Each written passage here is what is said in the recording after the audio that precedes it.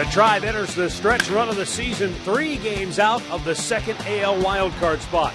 Tonight they host the Mets in their last interleague series of the season.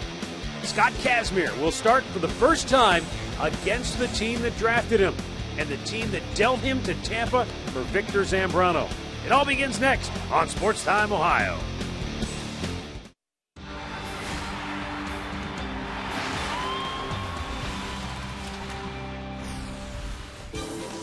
From Progressive Field in downtown Cleveland, Ohio, interleague baseball one last time here in 2013 as the New York Mets pay a visit to Cleveland, Ohio.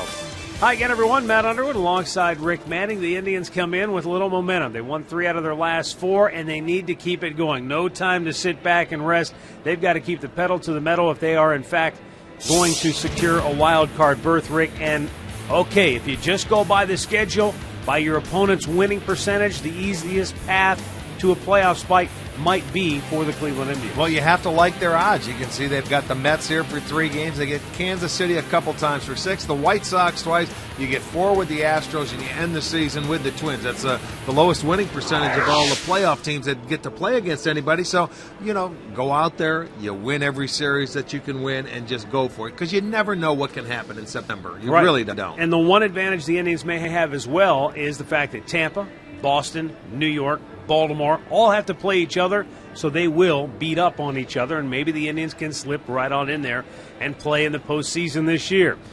Well, Scott Kazmir gets the start tonight for the Tribe, and he's going up against the team that drafted him and ultimately traded him away before he got a chance to make his Major League debut. And the starting pitchers are going to have to pick up some slack because Justin Masterson's going to be out, and Kazmir is looking forward to this start, going up against his former ball club.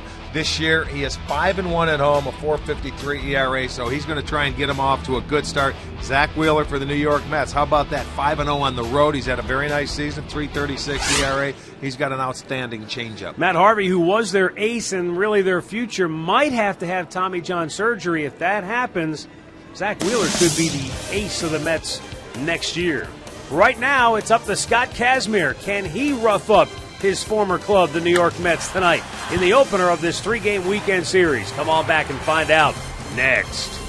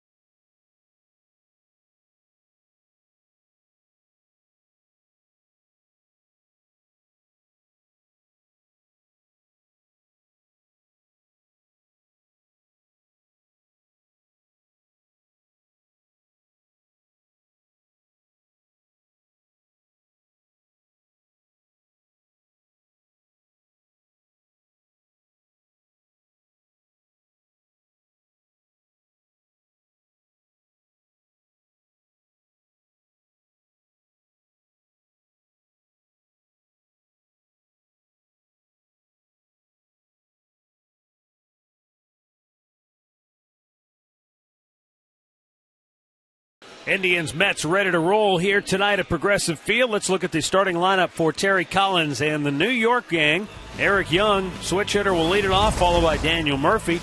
Josh Satin will be the DH, bat third. Andrew Brown batting cleanup. Lucas Duda hitting fifth. Justin Turner will bat sixth. Juan Lagares will hit seventh. Travis d'Arnaud will catch and hit eighth. Wilmer Flores will bat ninth.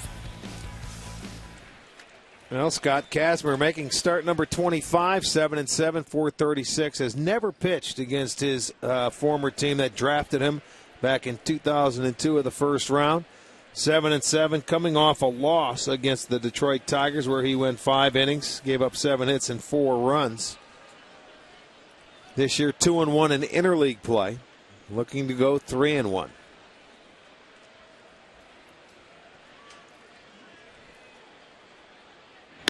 Up high, ball one to Eric Young, 253 batter on the year.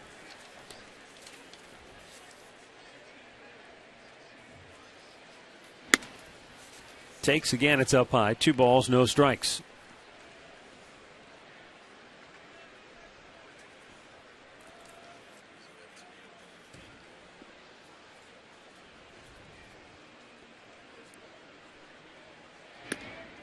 Eric Young Jr. came over from the Colorado Rockies on June the 18th in a trade that sent Colin McHugh to the Rockies. He's batted .260 in his 67 games with the Mets.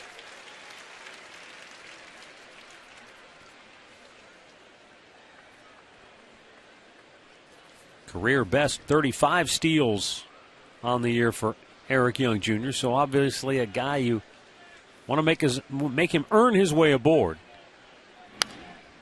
Out of play. Yeah, the way he's been running in the second half, you want to keep him off the bases because he can apply a little pressure to the defense and to the pitcher.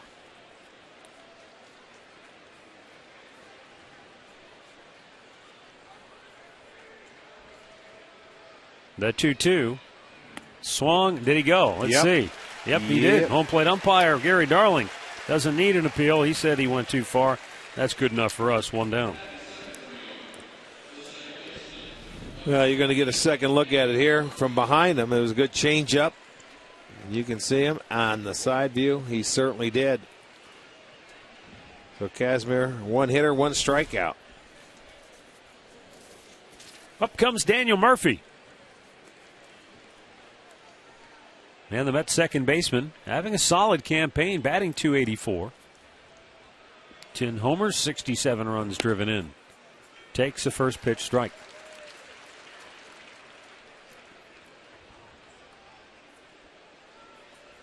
And Murphy has hit in 9 straight. And sometimes it's not hard to keep that up when the pieces around you are constantly moving in and out of the lineup, when you've had the kind of injuries that the Mets have had. But Murphy has certainly been a consistent performer for Terry Collins.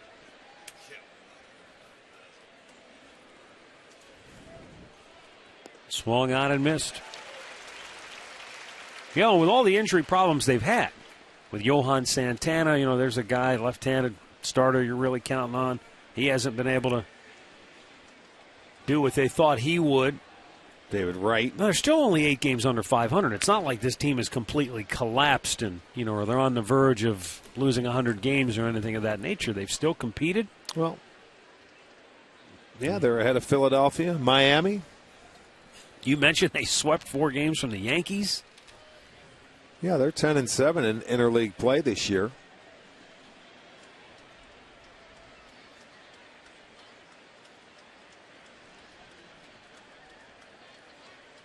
Kazmir taking a little too much time. Murphy steps away.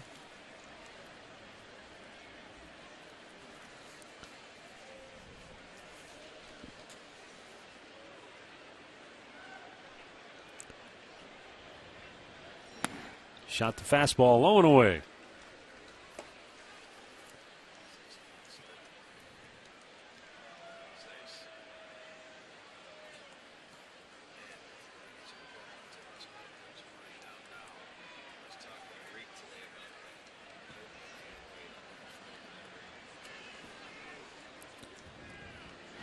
Swung out and missed. He got him to chase one in the dirt. Throw it down to first, 2 away. Let's check out the Kia Indians defense behind Scott Kazmir this evening. It'll be Kubel in left, Bourne in center, Stubbs in right, Chisenhall at third, Cabrera at short, Kipnis at second, Swisher at first, and Gomes behind the plate. Brantley was scheduled to be in the outfield, but his wife, I guess, is delivering a baby, and he's going on the paternity list, correct? Yes. Gary Darling will call the balls and strikes. Jerry Meals, Paul Emmel, Chris Conroy on the bases.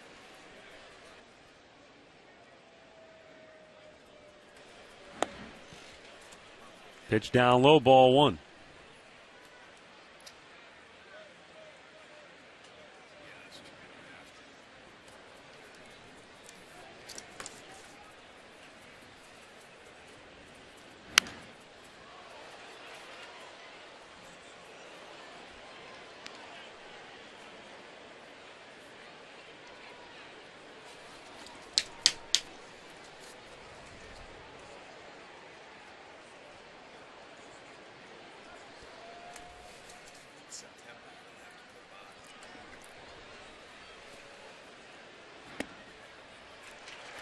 Strike is called. 1 ball and 2 strikes to count on Josh Satin.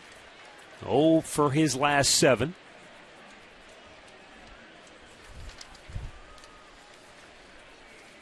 Solid year at AAA. Batted .305. And they called him up on June the 11th.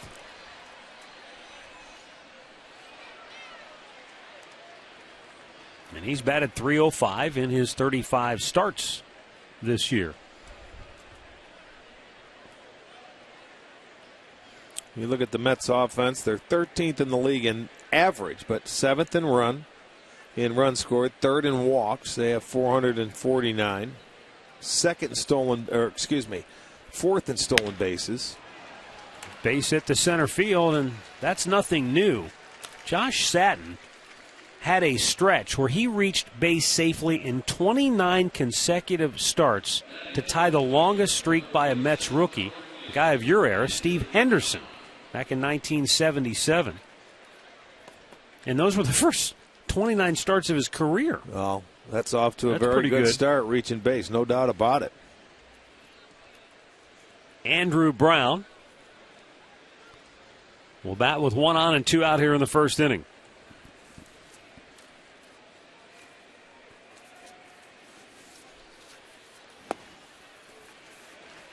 Kazmir in with a first pitch strike.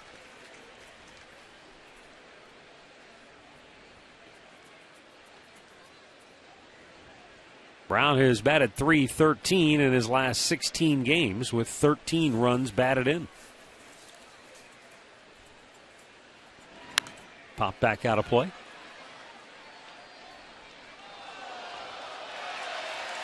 Andrew Brown is his success sort of emblematic of the New York Mets overall. He's hit 6 home runs. 4 of them have come on the road.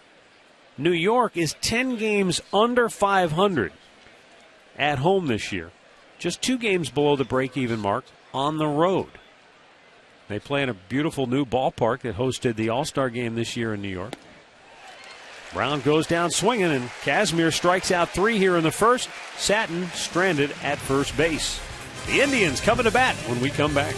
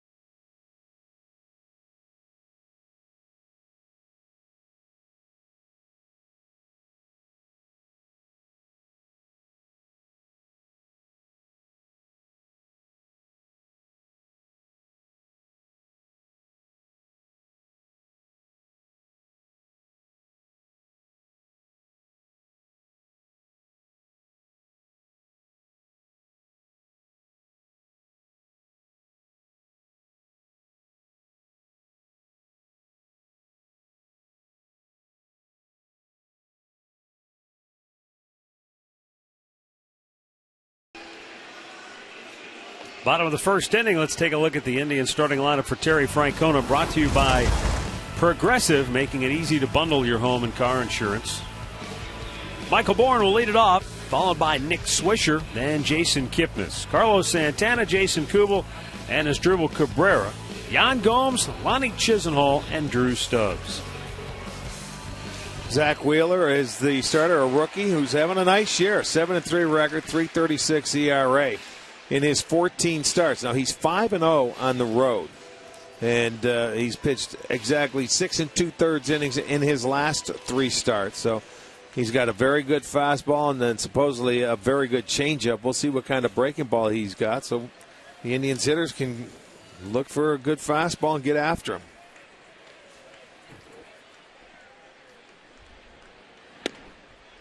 Fastball in there for a called strike. More than a 262 hitter so far on the year. Wheeler has never faced any Indians hitters before. He's getting called up in June.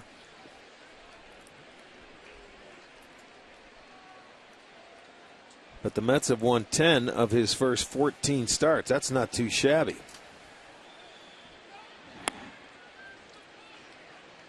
His emergence has softened the loss of Harvey just a little bit. I mean, you lose a guy like that, that's tough. With the potential that that young man has. And the Mets are probably thinking, geez, if we had both Wheeler and Harvey next year at the top of our rotation, all of a sudden we're not as far away as maybe some people think. Exactly. That's how you have to think, because it all starts with pitching. They felt Harvey was one of the best in the game. Right back up the middle. Bourne just wrapped it right through the box. And the Indians' leadoff man is aboard here to start the game. Let's take a look at the Mets defense behind Wheeler. In the outfield, it's Duda in left, Lagares in center. Brown is in right. Flores at third, Turner at short, Murphy is at second, Duda is at first. D'Arnaud is behind the plate. Obviously, Rick, a guy like Zach Wheeler is a product of good scouting by the New York Mets, because when you're going to trade a Carlos Beltran, you need to make sure you get something back in return, and it's something that can impact your club down the road. And anytime you're trading for a prospect, certainly that's the case. This guy was, the 6th overall pick in the draft, though, of the Giants. And the Giants passed on some guys who were available at that time in the draft because they felt so strongly about Wheeler. Well, we'll see if he can come around. He's off to a very good start.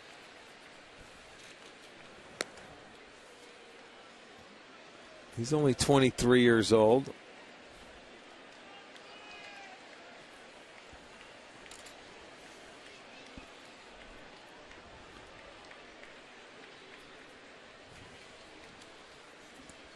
The 0-1 pitch. Swisher with a ground ball through the shift. Bourne hits second. He'll stop right there. And that's because Brown got to it quickly. And the Indians had their first 2 on as Swisher follows Bourne with a base hit. And he beat the shift in order to do it.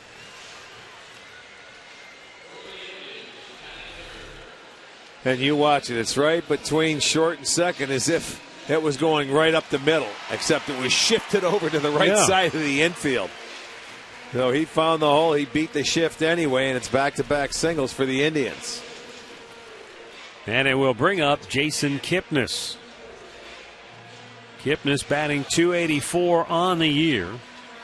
He's hit in his last 3 games, going 4 for 10. And overall this year, he's hit .296 with runners in scoring position, as he has a chance to give the Indians the early lead against the Mets. It's low ball 1. There's the breaking ball. I was curious to see what kind of breaking ball he has and what he's going to have to go to come off of his fastball other than his good change.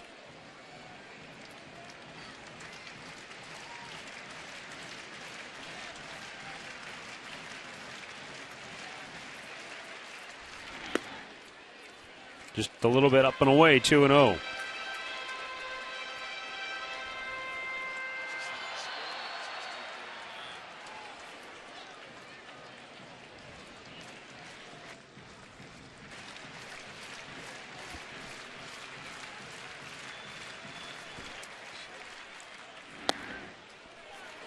That didn't miss by much, but the fastball is just wide of the mark, and now Kipnis in a good spot here, 3-0.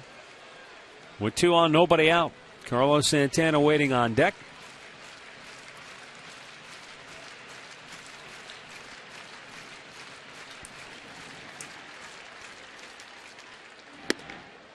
And a little bit high, ball 4. So Kipnis walks, and the bases are loaded with nobody out.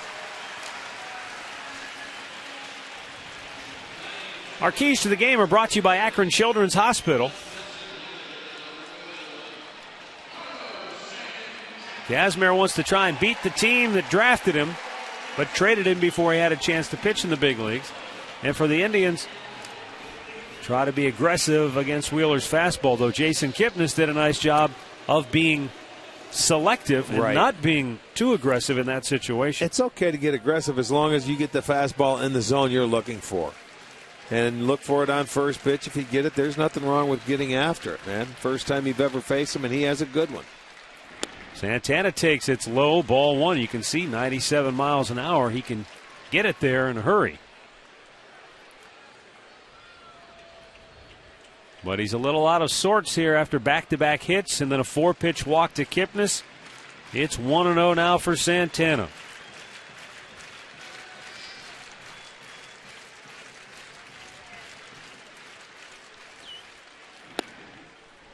At the knees, a strike. Our stat of the game brought to you by your Northern Ohio Buick dealers. When the Indians score first, now 54-23 on the year. That has been a very successful formula. And sometimes it doesn't matter. It might only be a run early.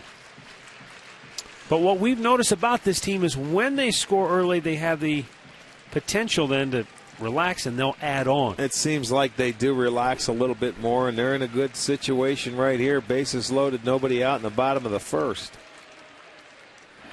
Swung on and missed. Santana can't catch up to 96. It's 1-2.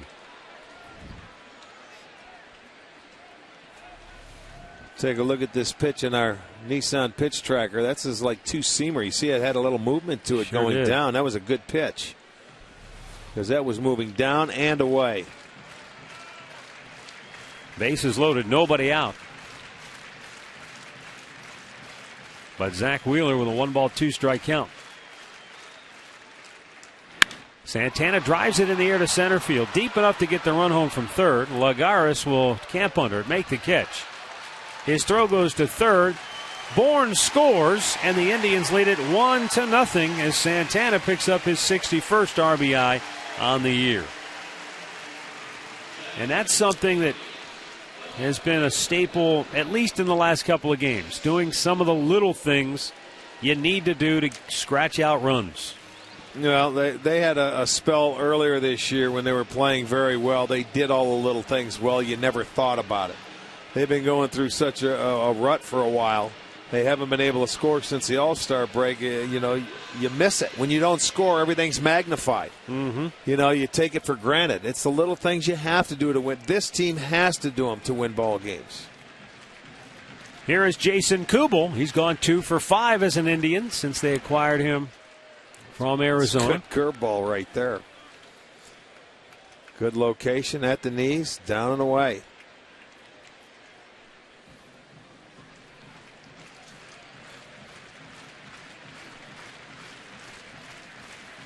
Kubel getting the start in left field with Michael Brantley absent from the team. Takes a look at the fastball. It's 1-1.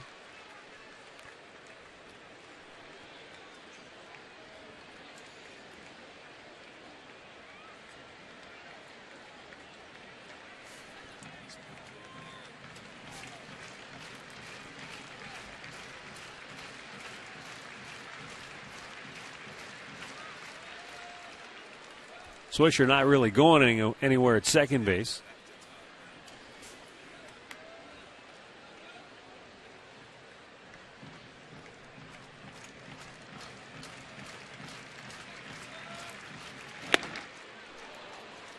Kubel couldn't catch up. It's 1 ball and 2 strikes.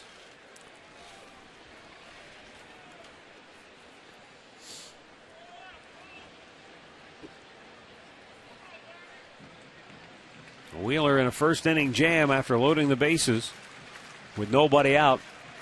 Santana driving in a run with a sacrifice fly. Now Kubel down on the count of 1-2.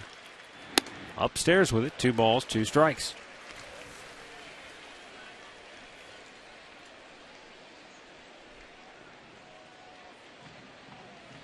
Wheeler is a native of Dallas, Georgia.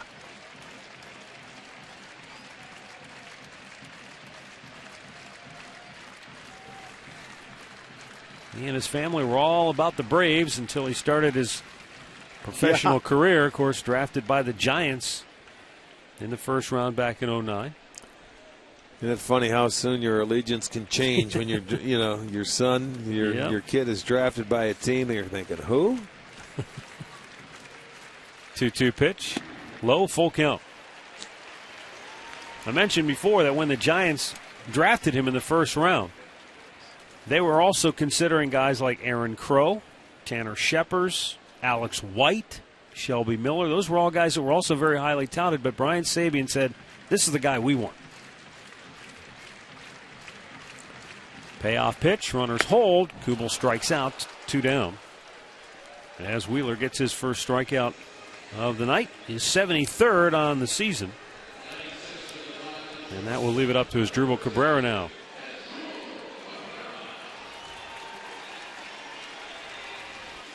Well, you can see why people are excited about this guy. He can get the strikeout when needed. Very good arm. So far, we've seen the four pitch mix. Actually, the 3 of them. Good fastball. We've seen a curveball, 1 slider that he just missed with. I haven't seen the changeup yet, really. Well, Asdrubal Cabrera, that's with 2 on and 2 out.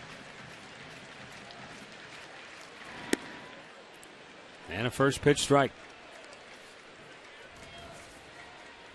Just when Cabrera looked like he was ready to turn the corner and turn it on, he is suddenly mired in an 0 for 12 slump.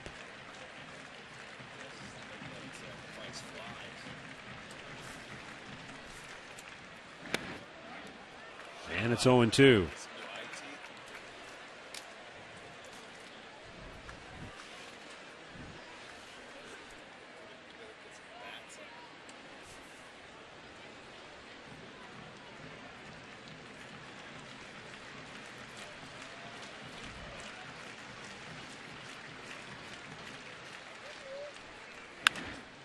Popped straight up, and this should be playable. Third baseman Flores in the foul ground, and the inning is over. Started promising. The Indians do get a run, but they left a lot out there. 1-0 Tribe after an inning.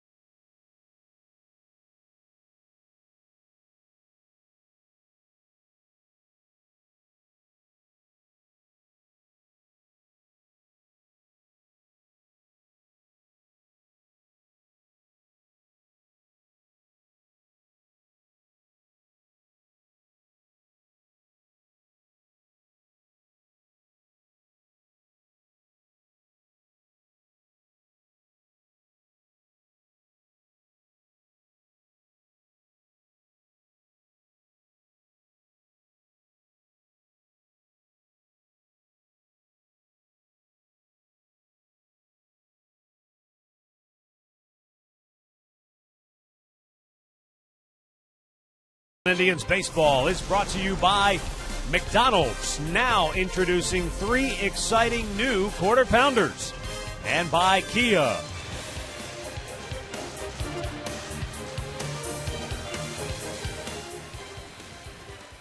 There's a young fan who wanted to see the Indians pound out a few more runs in that first inning, but they did grab the lead 1-0 as we go to the second. Lucas Duda leading off for New York, taking a strike from Scott Kazmir.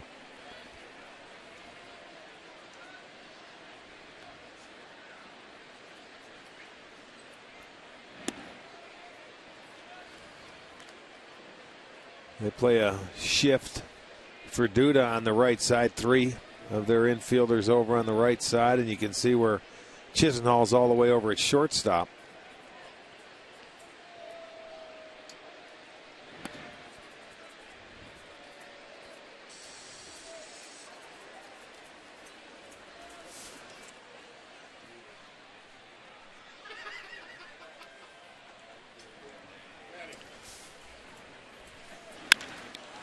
He caught it.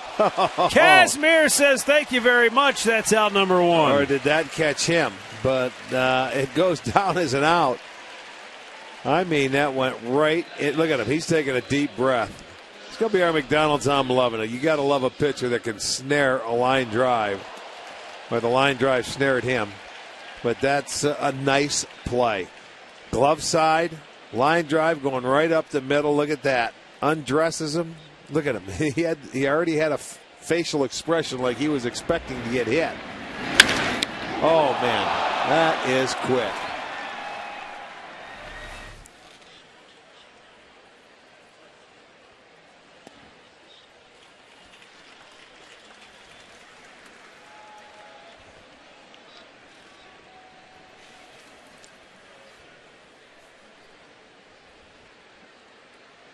Justin Turner chases one in the dirt, and it count quickly 0-2.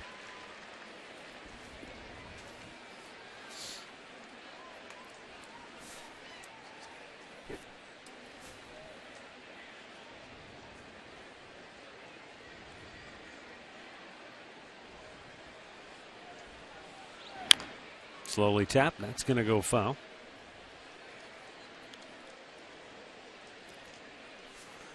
They tell us that ball came off the bat of Lucas Duda at 99 miles an hour, so Scott Kazmir didn't really have any time to react. There is no reaction. It's just that thing went right in the glove. Willed it in. 1 ball, 2 strikes.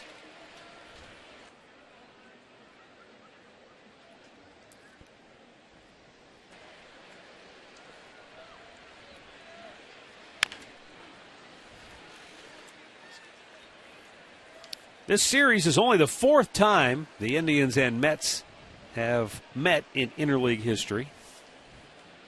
First time since 2010, and New York has held a decided advantage, winning 7 of 9 head-to-head. Yeah, and 5 of 6 in this ballpark.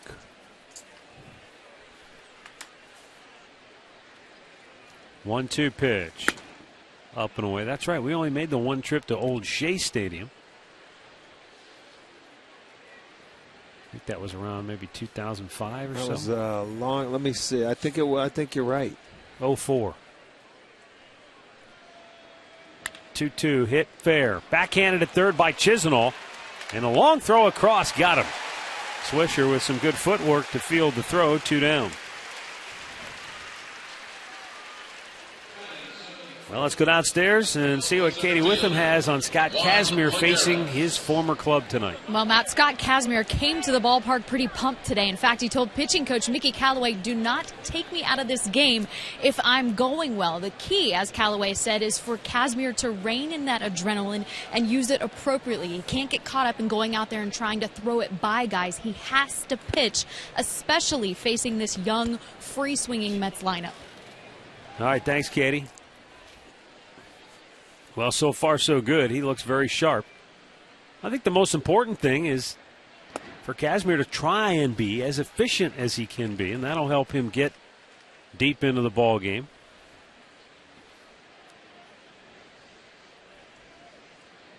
Stay away from the 25-30 pitch innings. That'll get you deep into a ball game. Yeah, stay aggressive. This is a Mets team that you haven't heard of a lot of players. They've never faced them before.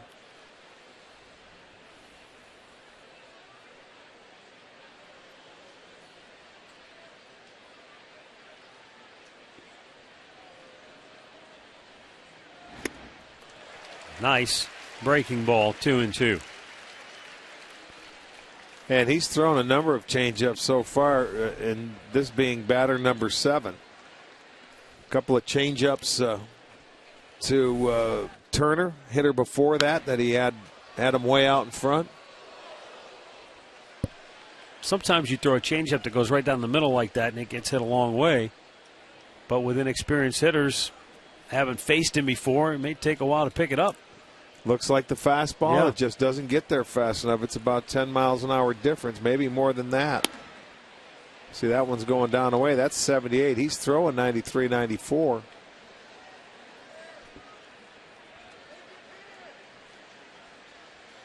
Young hitters always like to be aggressive. You know, they're going to get after you. You'd never want to get beat with that fastball.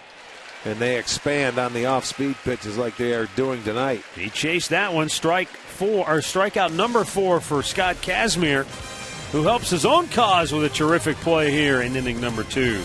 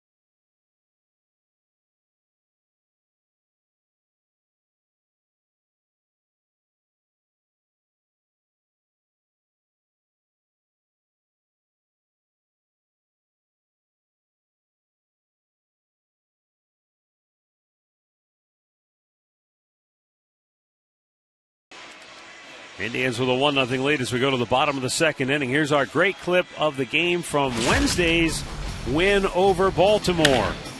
Yan Gomes shooting one the other way. Yan Gomes turning on a pitch, pulling it into left field, and then he smokes this one down the line. Great clips. It's gonna be great.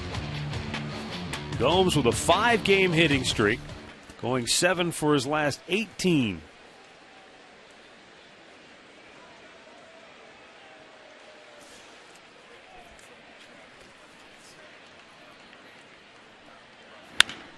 Bounces that one to short. Backhanded by Turner. One away.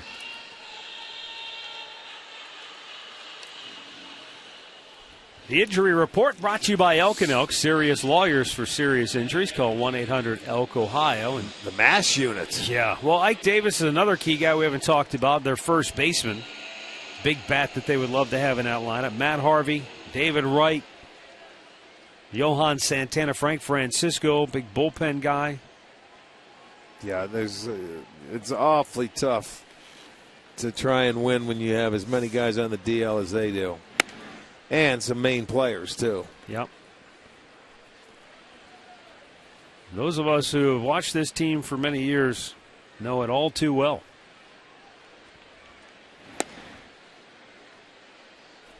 One ball, one strike to count on Lonnie Chisenhall. Gets the start tonight.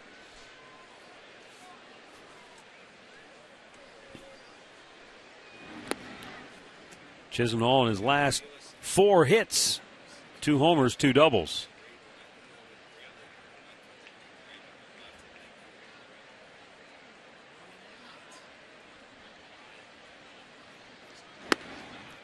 Up high with it, 3 balls and a strike.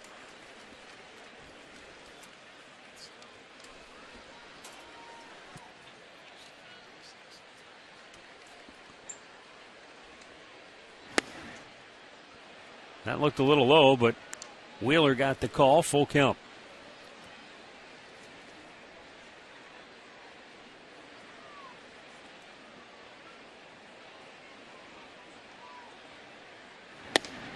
Ball 4, it's outside. Second walk issued by Wheeler. 1 on, 1 out now for Drew Stubbs.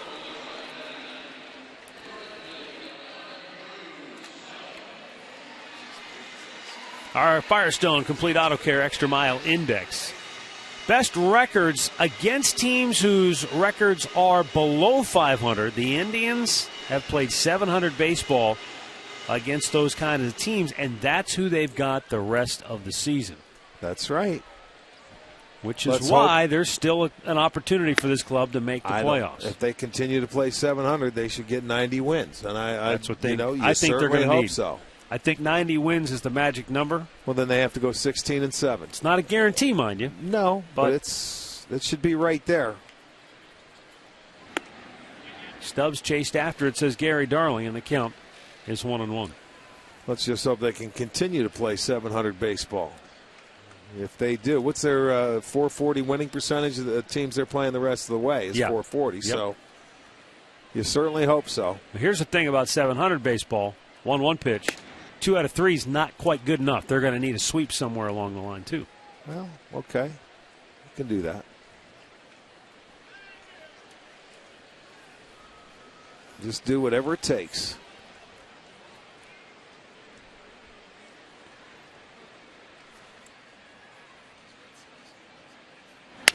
Whoa. Barrel of the bat goes towards short. Chase Turner out of the way. And the throw pulls the first baseman off the bag. Nobody's at third. Chisenhall heads up, hustles all the way in there. Well, on one hand, that's a bad break for the Mets because I think the barrel of the bat caused everybody to just sort of panic for a moment. I know it got the shortstop. And it might have had something to do with Flores making an inaccurate throw. But Duda, when he came off the bag, he just couldn't apply the tag on Stubbs. Yeah, here he comes. So he vacates his position. That's up for the pitcher. He made a bad throw, and you can see Duda trying to make the tag, who's not a first baseman by means. And no one's covering third. And look at Chisenhall picked that up. That's a heads-up base running play by Lonnie Chisenhall. He looked over at third. Nobody was there. He continued to run. So that'll go as a base hit. And good hustle play for Chisenhall. I think understandably, Duda was worried about Stubbs running into him. Sure. Because that throw took him right into the baseline. And he was probably thinking, I might get run over right here. I think they want the umpire to move. They just want to change the positioning of the umpire here. Well, he didn't realize the guy was on first. Look at Duda. He's just thinking, holy mackerel, this might be ugly, but. No hit. That's an error on the third. Okay, no hit. Error 5.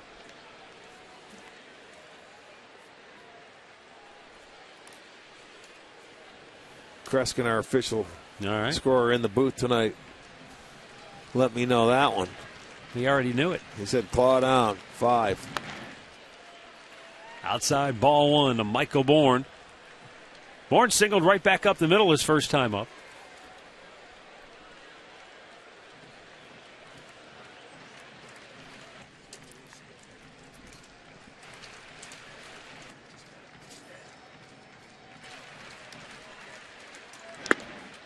Up and away, 2-0.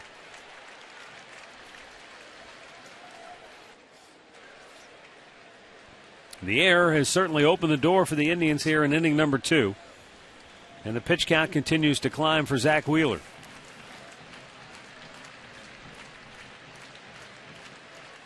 Bourne drives one to right field. Brown will make the catch. Chisenhall will tag. He's coming home to score, and the Indians lead it 2-0. Their second sack fly of the night. Michael Bourne has RBI number 40.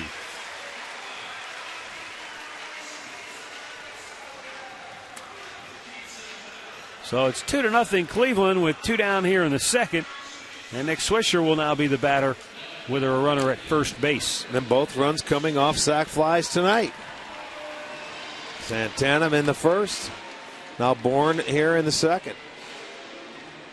So that extra base shows you how much that had to do with that inning. Good hustle by Chisenhall to get himself 90 feet away, especially with just 1 out. There's Nick Swisher, a single his first time up. Stubbs back with a dive at first.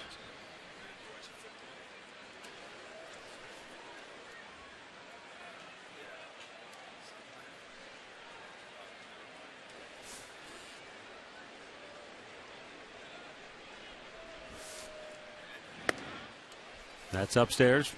Ball 1.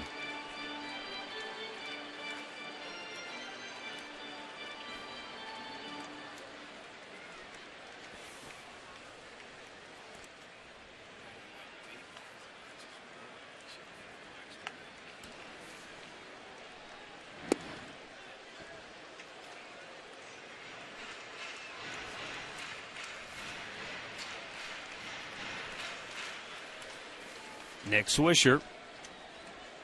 That base hit in the first inning, snapped an 0 for 12 slump. Runner goes. Swisher takes, throw down. They got him. Swisher says no way. But Paul Emmel called him out, and the inning is over. Just the second time this year Stubbs has been erased. 2-0 Cleveland.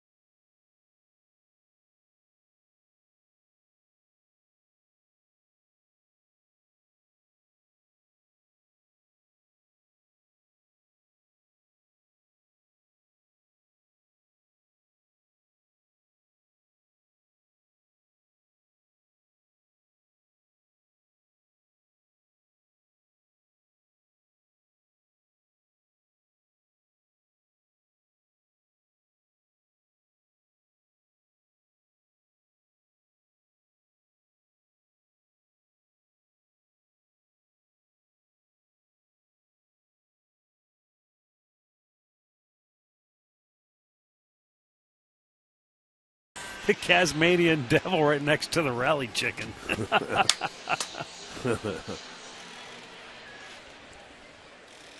Travis d'Arnaud will lead off the third for New York.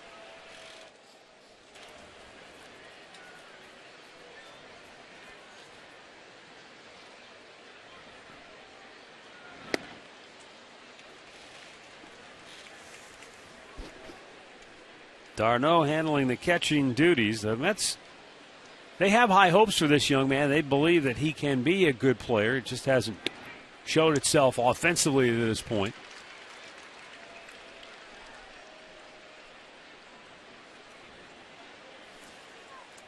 But he's also 24 years old, so the clock is ticking. He's a former first-round pick of the Phillies back in 2007, and he was quickly erased by Kazmir, who has struck out 5 of the first 8 New York Mets hitters. AT&T U-verse rewind. Well, he doesn't mess around. He stepped out right from the first inning and struck out the side. Got him to chase a breaking ball there. And there's a good heater. And chasing another breaking ball. So he's had it work, and he's got good off-speed pitches tonight. When he has that, he moves that fastball around. He can be awfully tough. Wilmer Flores.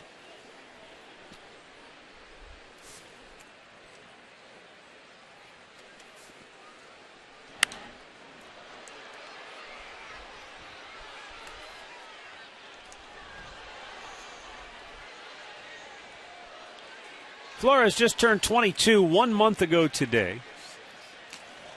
Venezuelan product. Fouled right back.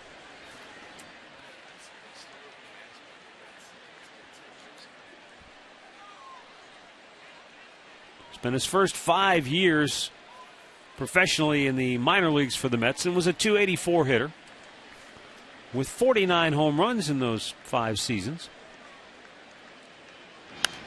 Fouled back out of play.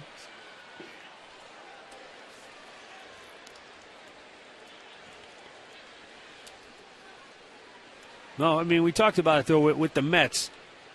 Between injuries and performance, that's why they field the type of lineup that they do here tonight. Normally, you'd have David Wright in the ballgame playing at third base. They had Marlon Byrd in the outfield, who was having a good year. John Buck behind the plate. Traded him to Pittsburgh. Those two players were both dealt to Pittsburgh. So when you've got a team that's underperforming and you've got injuries, you get guys traded, you get guys on the DL, and all of a sudden. Yeah, they were sellers at the trading deadline, and that was just throwing your bat to stay alive. Sure was. I thought it broke Rick, but you're right. He just simply threw it at it. There was nothing to it. The ball knocked it out of his. He threw it at it. Watch this. He's fooled. Good changeup, and he just throws the bat to try and stay alive.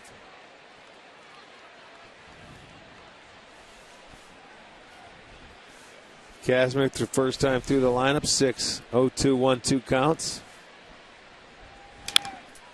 Beats it into the ground foul.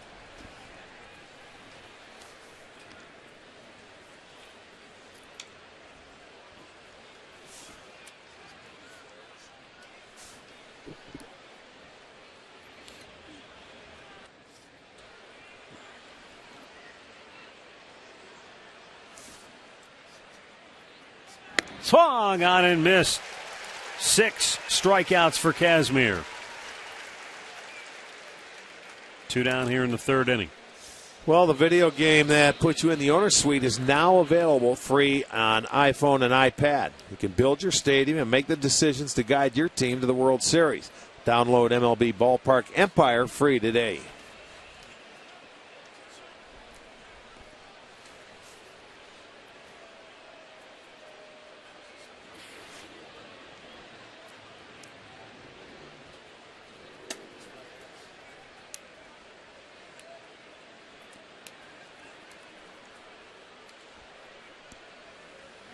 Fouled right back out of play by Eric Young Jr., who struck out his first time up.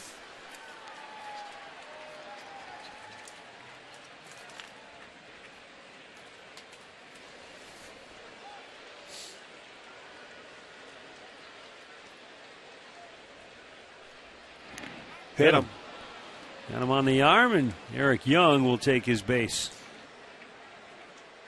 Well, you certainly know he's not trying to do that because this guy can steal bases. He has 35 as you mentioned, 35 on the year. And watch, he just clips him up top, right on the backside of the arm.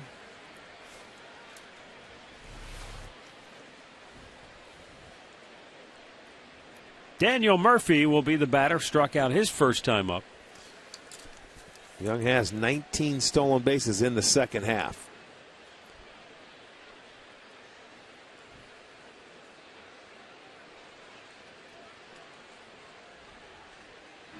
Out of play.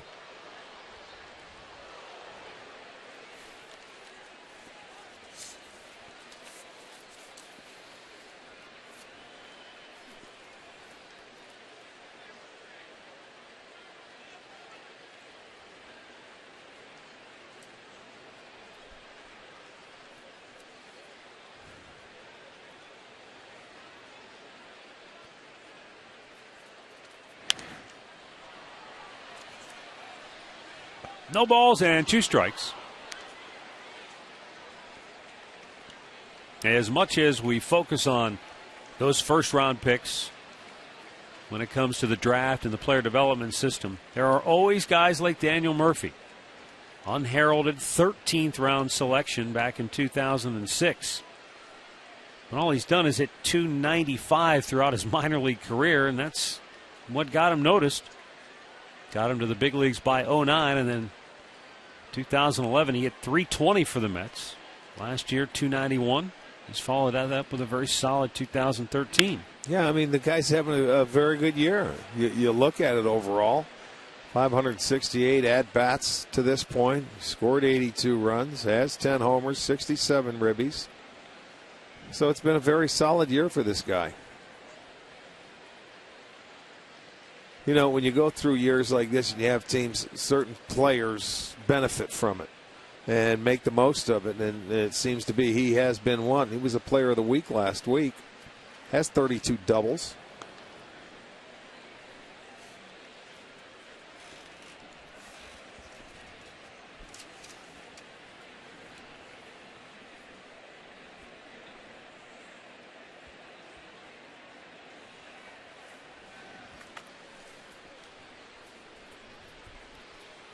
Kazmir, long pause, the 0-2. Punched it towards third. It's over Chisenhall's head and into left field, a base hit. He literally just threw his bat at that one. That's a case of just putting the ball in play. Instead of swinging and missing, you get to 2 strikes, you give up. He was fooled totally. This is a great pitch by Kazmir, but even a better job to just get your bat on the ball. And he gets it over the head of Chisenhall. Watch this. A breaking ball that had to be a foot outside. And it breaks his bat and gets over that Chisenhall. It's almost like it's in slow motion. You see that ball floating over your head. There's 2 outs, but it extends the inning. Now they have runners at first and second and 2 outs.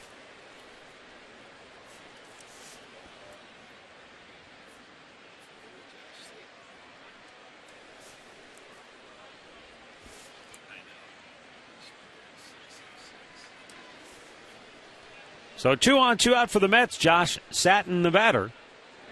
And it's low ball 1. All this started with 2 outs after Eric Young was hit by a pitch. And this is what we were talking about. The one thing Kazmir wants to try to avoid is the long inning.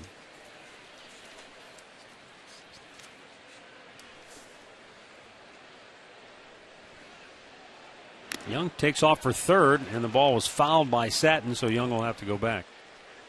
Not sure why he'd be trying to steal third. Well, I don't situation. either. With his speed, he's in scoring position right there. And obviously the guy over at first base, but Gomes wanted to get up and try and throw him out. He just couldn't hold on to him, so that, I guess, helped him out. He was up, cocked, and ready to throw. And the safety was off. Kazmir wants to talk.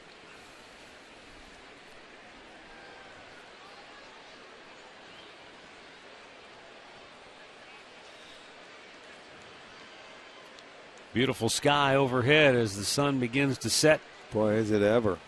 On this Friday evening here at Progressive Field.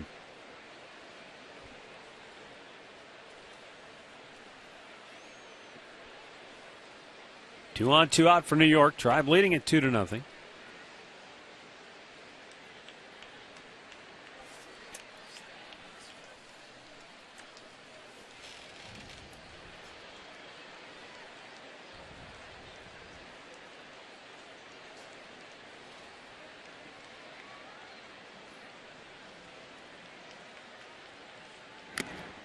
Threw it by him. 1 ball, 2 strikes.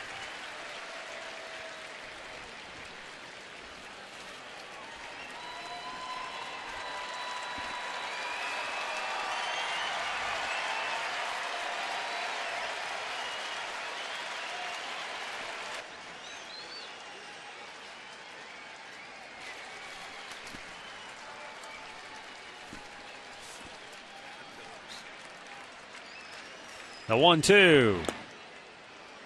And Satin lays off. 2 balls, 2 strikes.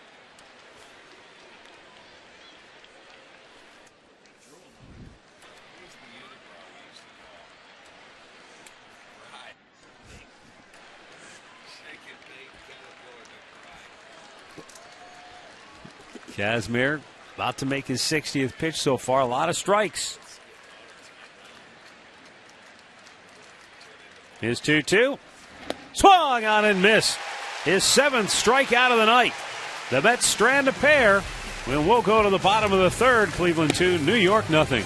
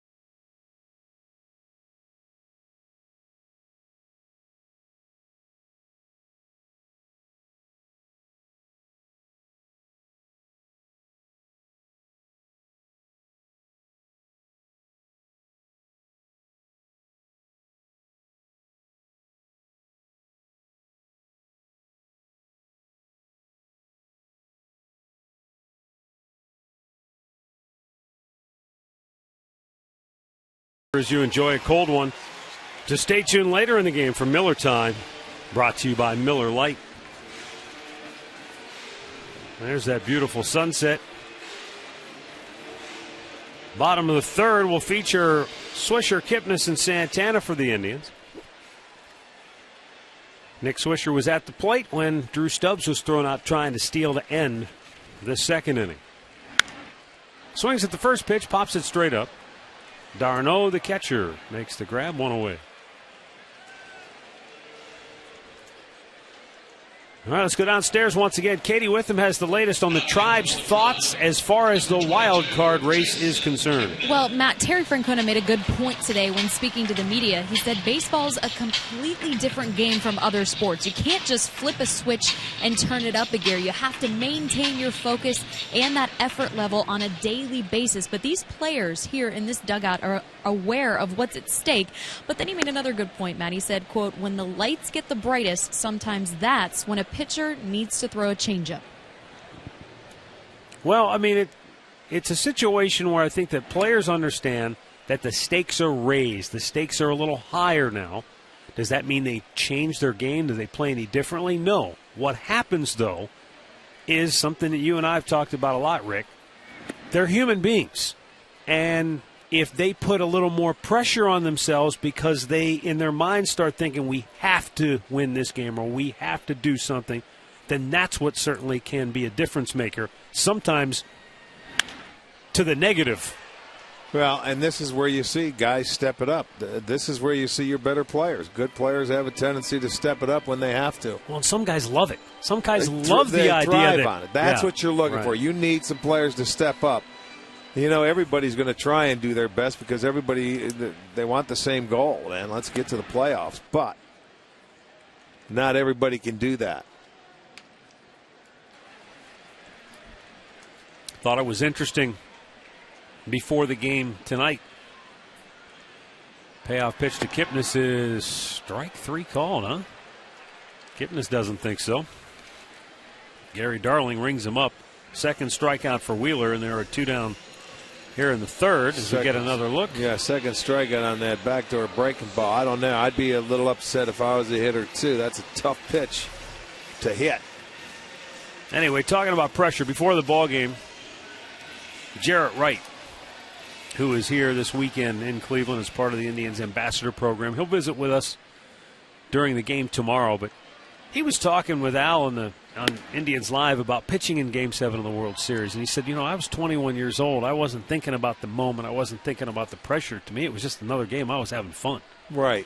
And I think if you can have that kind of mentality, and some players are able to sort of be oblivious to the magnitude of the moment because it is just a game, and they are just sometimes very young kids. Jared said the game gets harder to play as I got older. He said, I get more nervous for games in April as I got older.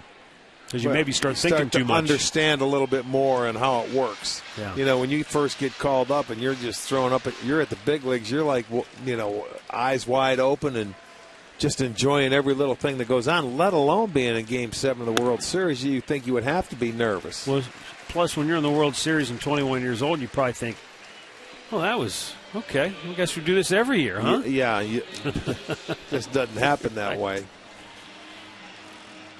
Well, the Indians try to make some noise with 2 outs now here in the 3rd inning. They've scored their first 2 via the sacrifice fly. Jason Kubel will bat with 2 down and a runner at first, and that runner is Carlos Santana.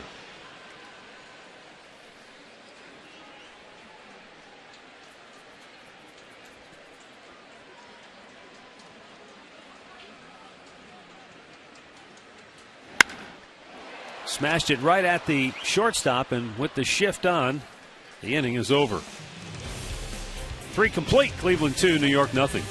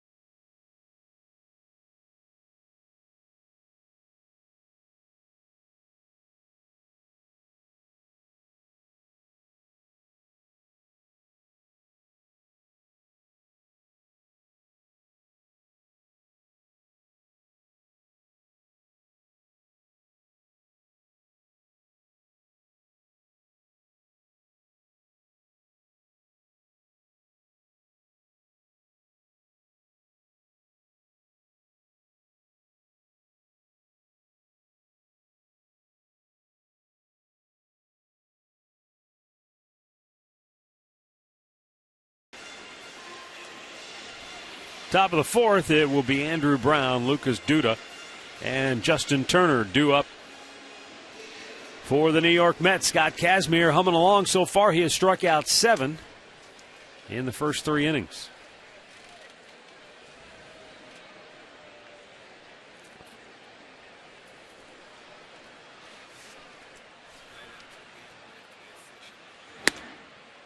Pitch outside, ball 1.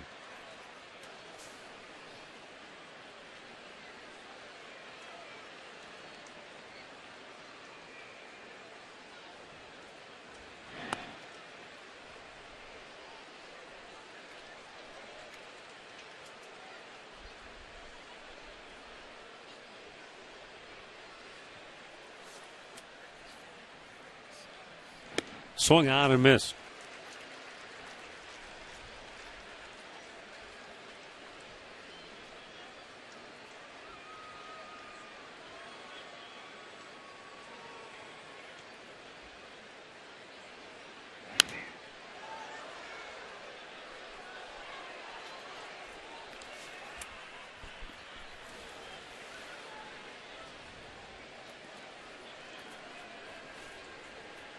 Brown went down swinging his first time up.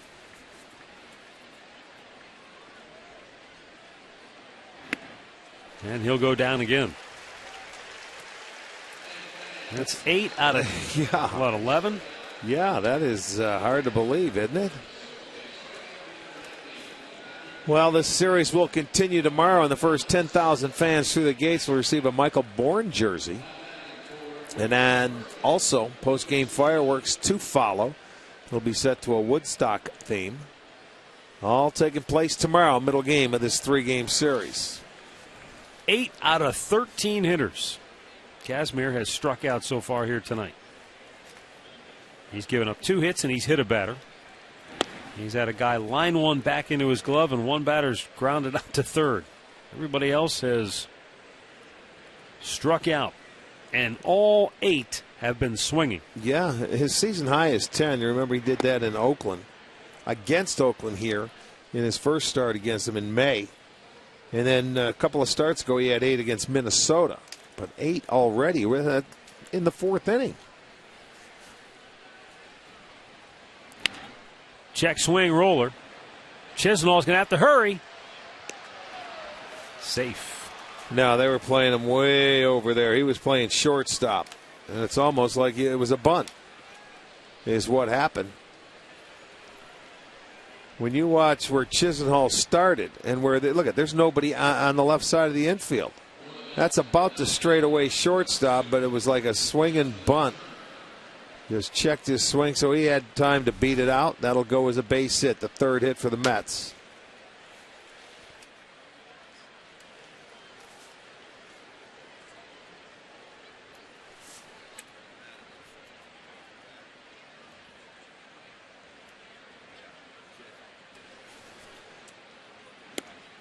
Pitch down low. No, it's a called strike right at the knees.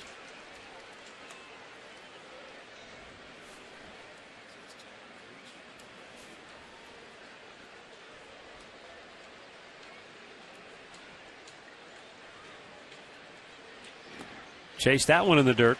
0-2.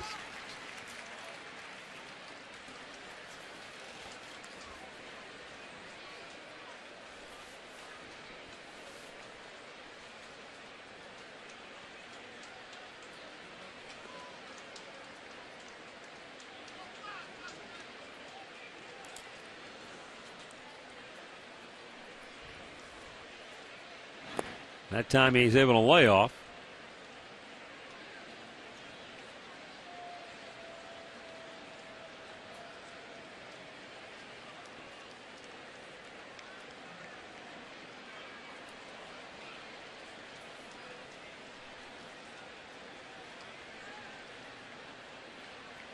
And the 1-2. That's hit it into the seats, ricocheted off one of the support poles.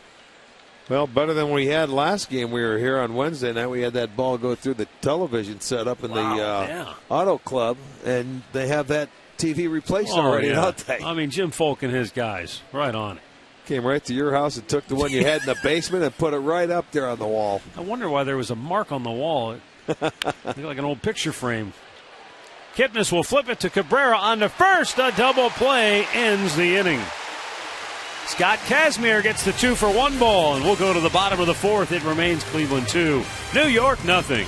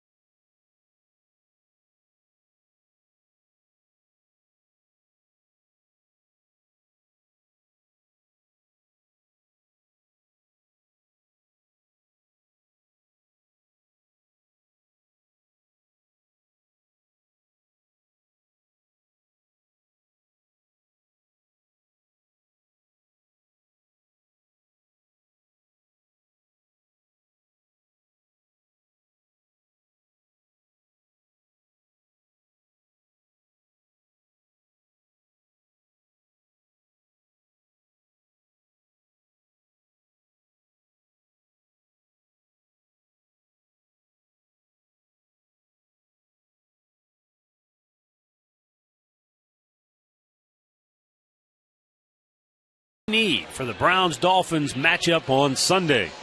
A look back at some of the Browns' forgettable openers, and check out the new Mount Union football coach who's just a little bit like the old one. Get complete coverage of all today's action involving Ohio sports on foxsportsohio.com. Scott Kazmir, so far so good. Shutout baseball through 4. As Drupal Cabrera, Jan Gomes, Lonnie Chisenhall will bat for the Tribe. Zach Wheeler pitches. The ball is outside. 1-0.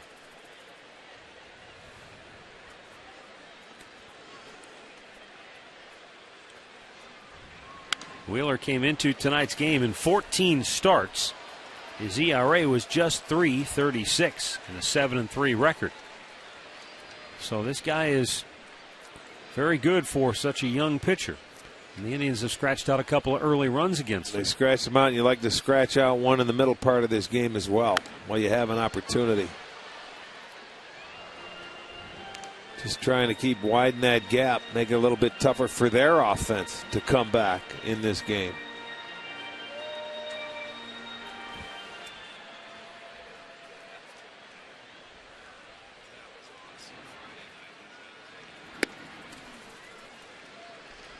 Cabrera lays off. It's 2 balls and 2 strikes.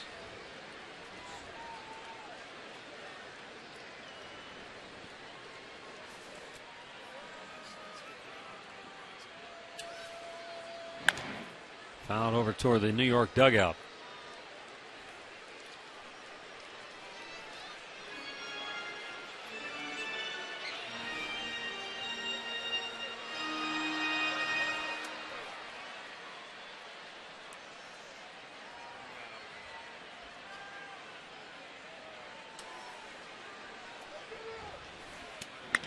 Ripped foul, first base side. Stays 2 balls, 2 strikes.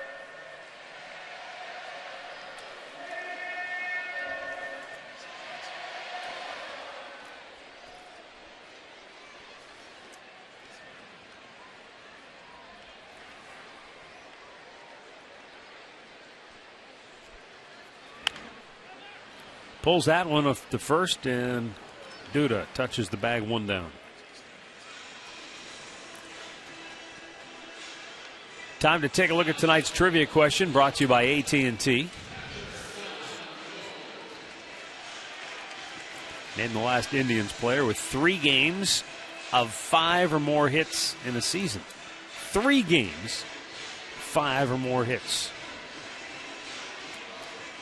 We'll have the answer coming up later in the game. Jan Gomes will bat here, grounded to short his first and only time up.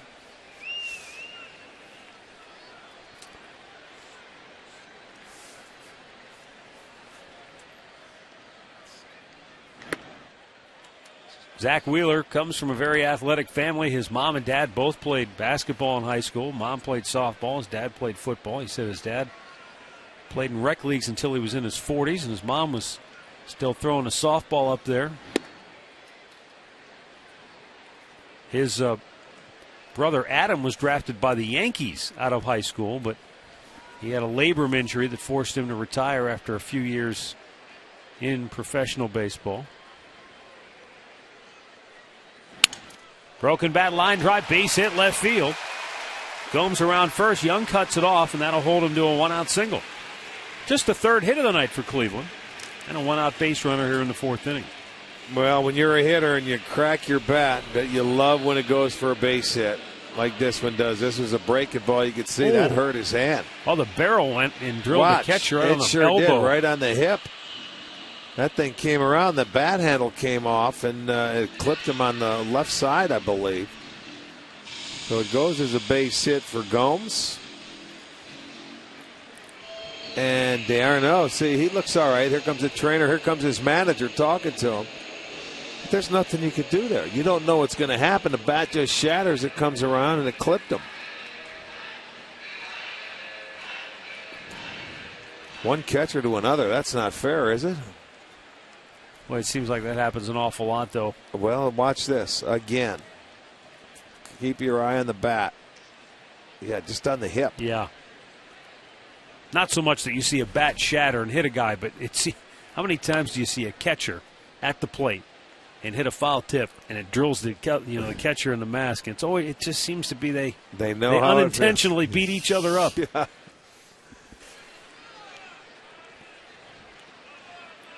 Lonnie Chisenhall jammed, bounces it to first. Duda goes to second for one. The return throw, got him. Double play ends the inning. So a twin killer in the top of the fourth, one in the bottom half. And we'll go to the fifth, 2-0 Cleveland.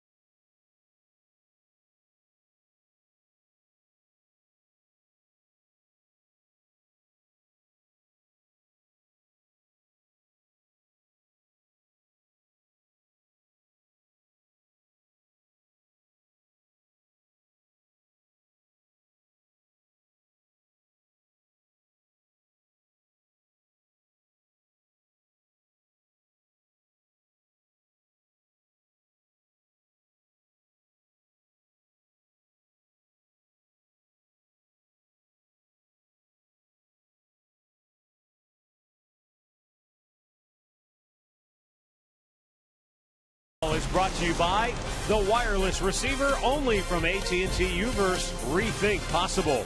And by your local Toyota dealers. Toyota, let's go places.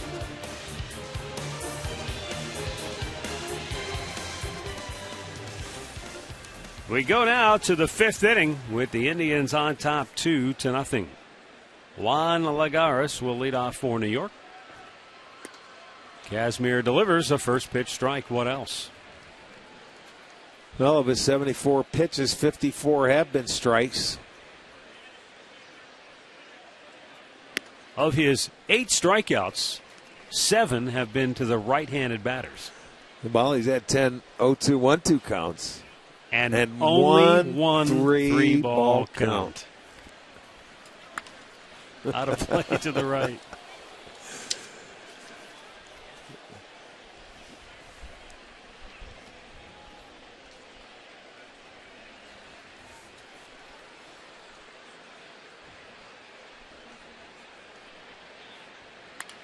Right back to him. It gets by him. Kipnis from behind the bag. Jump throw. Not in time.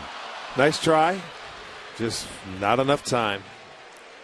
That ball wasn't hit that hard to begin with. I mean, they are fooled on these pitches. And they've had a lot of hits where they had to reach and just put him in play. You can see how he was fooled there.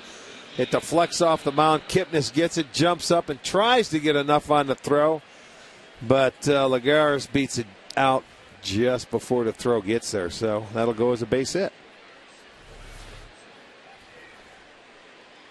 And he's hit now in 11 in a row. Travis d'Arnaud struck out his only time up.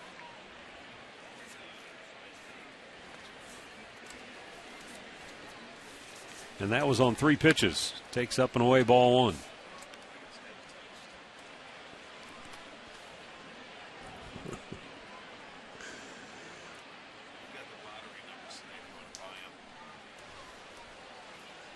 d'Arnaud, 6 hits in his last 32 at-bats. And a little tardy on that fastball, 1-1.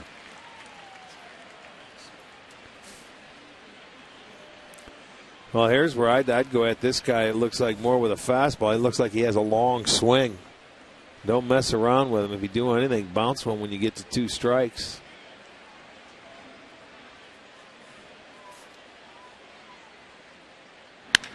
Hit that one pretty well, but Bourne is right there to catch it in center field. 1 down. Let's send you back to the Hyundai Studios right now for an in-game update with Al Pulowski.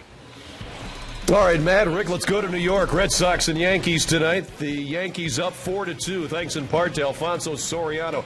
A 2-run homer here, his 30th of the season, and his 13th while with the Yankees. It's the 4th inning. 4-2, Yanks lead the Red Sox. Matt? All right, thanks, Al. Elsewhere, Baltimore over Chicago, 1-0 there in the 5th. Kansas City leads Detroit 1-0. They're just underway at Kauffman Stadium. Snap throw to first base. It gets by Swisher, and down the line it goes. A poor throw by Gomes, and all the way to third base goes Lagares.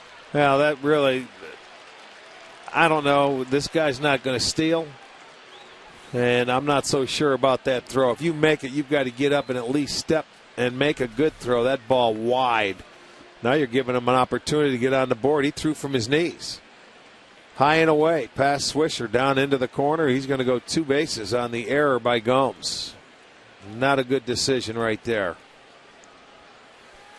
You know, it's one thing if a guy's off the base and, you know, he's falling asleep and you see it coming and you can do something about it, but just to try and pick him off like that, I don't think it was a wise move. Well, let's see if Kazmir can pick his catcher up here. Looking for a strikeout here against Wilmer Flores, who fanned his first time up. And just threw it by him. 95 miles an hour. Kazmir got mad, and that's 9 strikeouts on the night for the left-hander.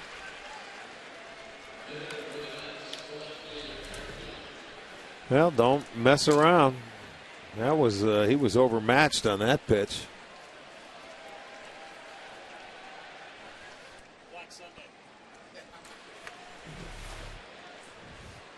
So the runner at third base, Juan Lagares, with Eric Young at the plate. Young hit by a pitch his last time up.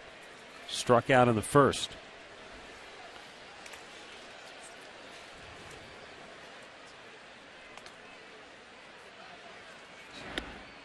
A little bit low, ball 1.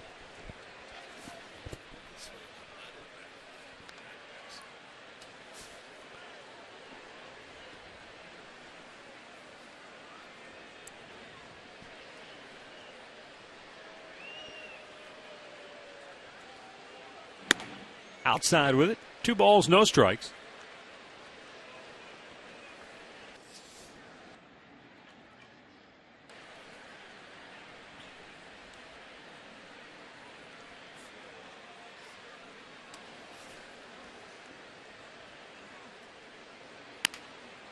Bounce to short. Cabrera throws it over. Got him. Kazmir does indeed get out of trouble here in the 5th. Picks up Yan Gomes. And we'll go to the bottom of the 5th. 2-0 Cleveland.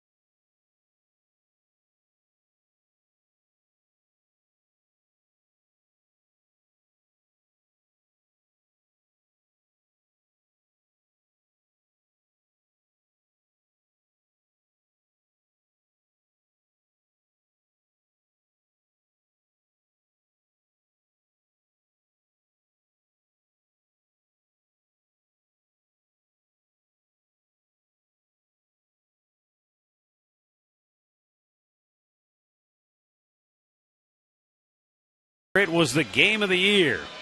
Tonight, it could be even better. Do not miss Friday night high school football. St. Ignatius battles Mentor.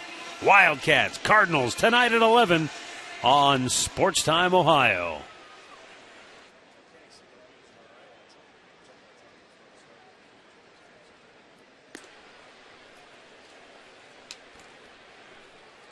Drew Stubbs, Michael Bourne, Nick Swisher here in the 5th.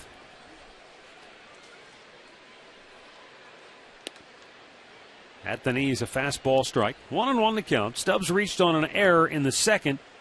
He was caught stealing just the second time this year, I believe. Bounce to third. It's in the hole. It gets by the shortstop. Turner with an off-balance throw. No chance to get the speedy Stubbs.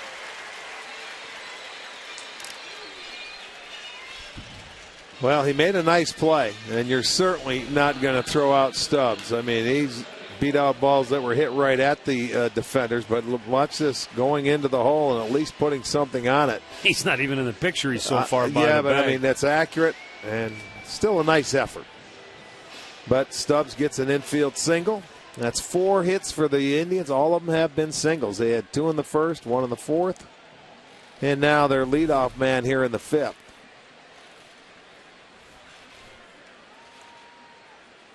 Michael Bourne fouls it back.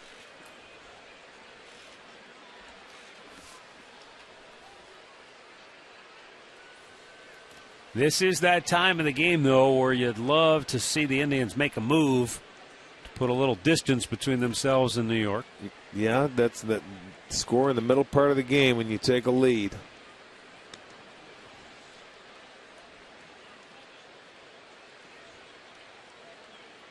Right now, the way Kazmir's been pitching, get him another run or two, and this one, you could shut it down.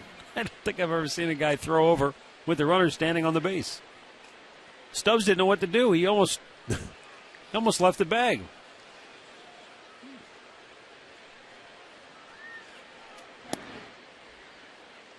Just a little bit low, 1-1.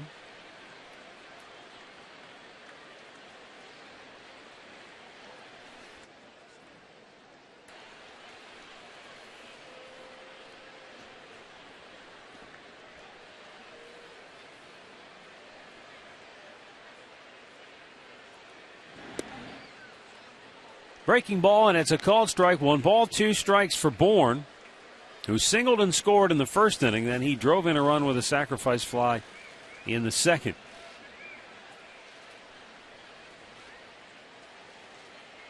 No doubt what that means. But Bourne steps away first.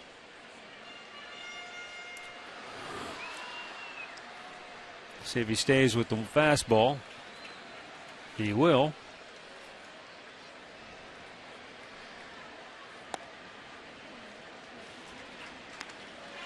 Good place to miss, though, if you're going to miss. Especially when you're ahead in the count.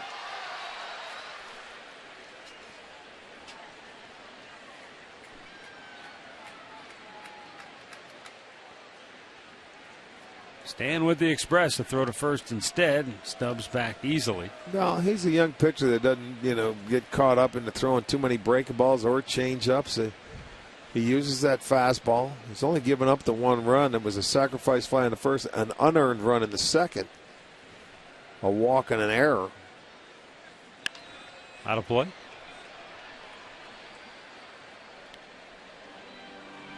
So he stays pretty aggressive as a pitcher and comes right at you. He has been able to start some hitters out with get me over curveballs that they've been able to take.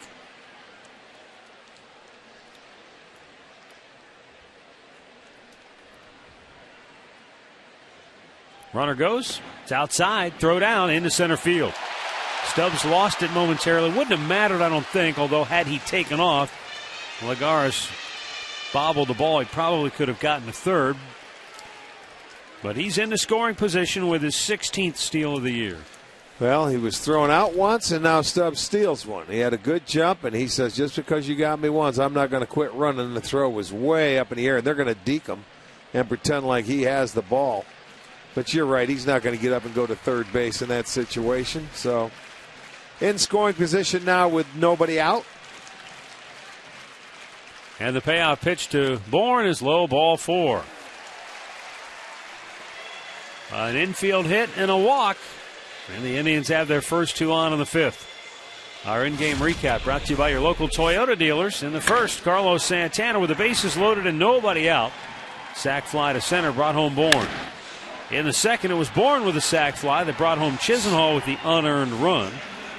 And that's been it so far, thanks to Scott Kazmir, who has made it stand up with 5 shutout innings, striking out 9 New York hitters. Now Nick Swisher with 2 on, nobody out. He singled in the first, fouled out his last time up. He squares, pulls it back, and the pitch is low, ball 1. Yeah, I like this. Move them over. You need another run. You can get another run or 2 right here. It's a really big part of this ball game, so why not? Swisher's hitting .238 on the season. Move them over. I like it. Got Kipnis on deck. Take your chances. Flores in at third now, even with the bag. Swisher swings and sends one high in the air. Deep right center field. Lagares back on the track. Brown is there too, and Brown makes the catch well in front of the warning track. Stubbs tags and goes to third, and there's 1 out in the inning. Well, off the bat, it looked like that ball was going to carry better than it did. Well, he did get the runner from second to third, but there's still a double play in order. You know, with Bourne on first base here with Kipnis the batter. So he turned around to show bunt that first pitch. But that fly ball gets his man to third base. So another fly ball get a run home if it's deep enough. Now Kipnis tonight walked in the first, struck out on a called third strike in the third on a pitch that looked borderline at best. Let's leave it at that.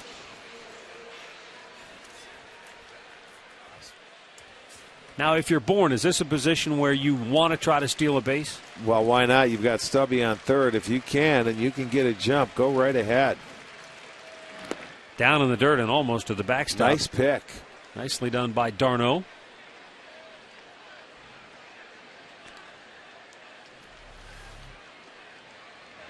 You know, there's a slider right there. Sometimes in this situation, first and third, and you have the speed, a lot of guys won't throw through. You know, because thinking that the minute that ball is released, that guy from third is going to break home. You know, trying to steal another run. But you're in the middle part of the lineup. You've got Kipnis. A lot of times you don't want to take the bat out of his hand and try and get somebody thrown out. But I always like running first and third.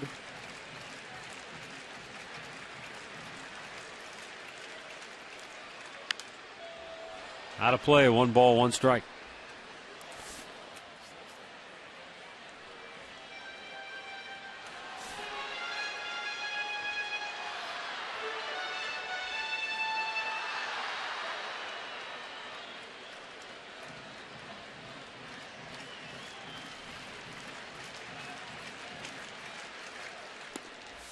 That's low, 2-1.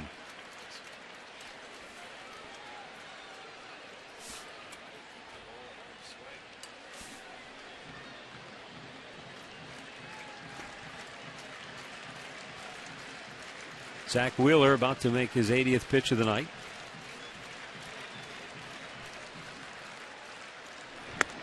Kipnis chased one, maybe up out of the strike zone there, 2-2.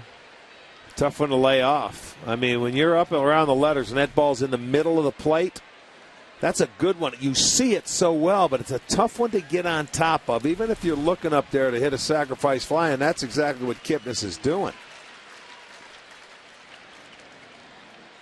He goes over there with 2 strikes now.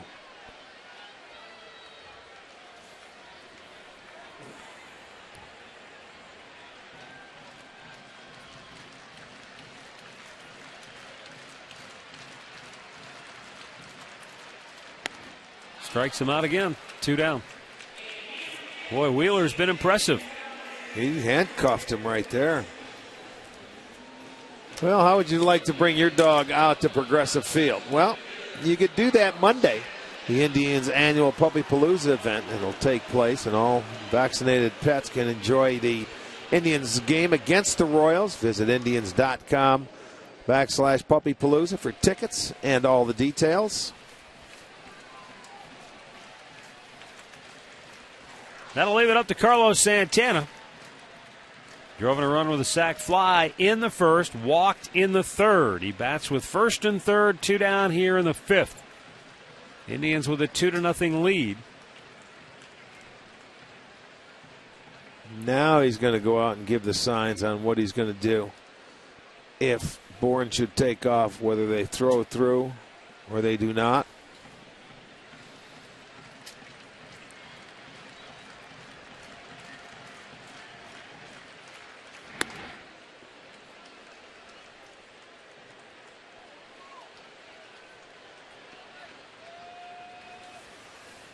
You know, even though it's a left-handed hitter on deck, you almost figure if Bourne does steal here, they might just walk Santana.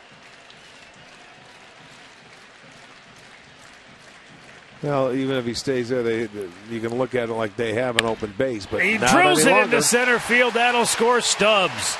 Bourne stops at second. 3-0 Cleveland. Santana's second RBI of the night. Give him 62 on the year. That's a big hit with 2 outs. Santana jumped on it.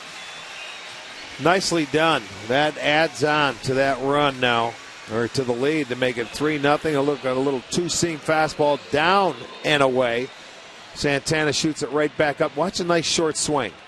You know, It was down. He put a good swing on that ball and just hit a line drive up the middle. Didn't overswing, didn't have an uppercut.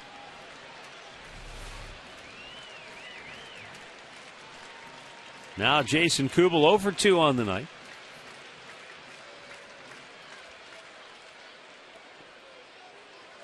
Ball 1, it's inside.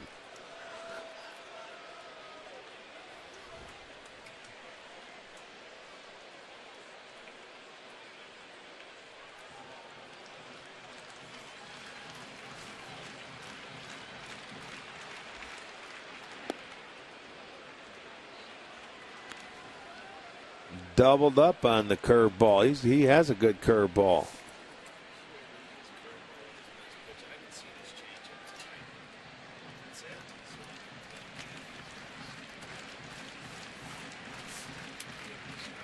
The 1-1.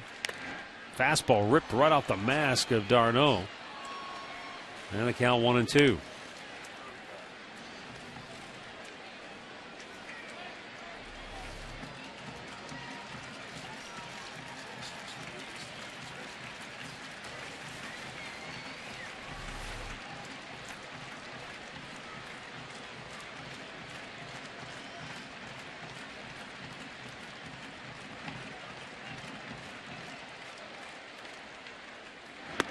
Breaking ball upstairs.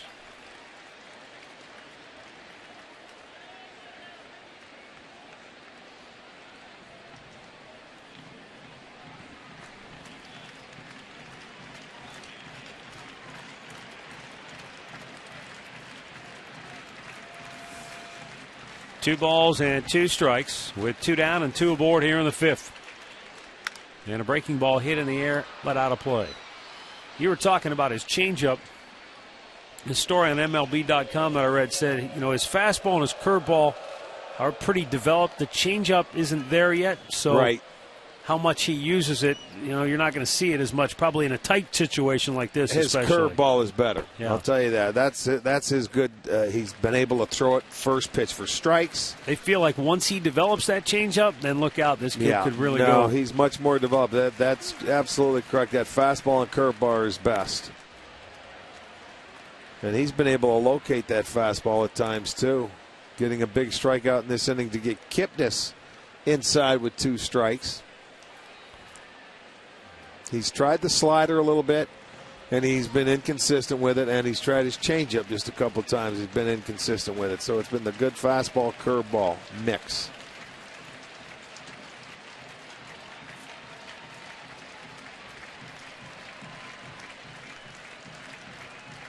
Two on, 2 out, 2-2 pitch. And Kubel able to lay off, full count. So the runners will go on the 3-2.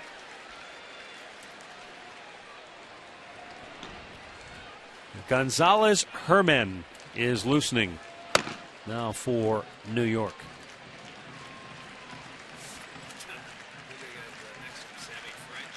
The payoff pitch, the runners go. It's low, ball 4, and the bases are loaded. Second walk in the inning. Dan Warth and the pitching coach is going to come out as Herman still warming in the bullpen.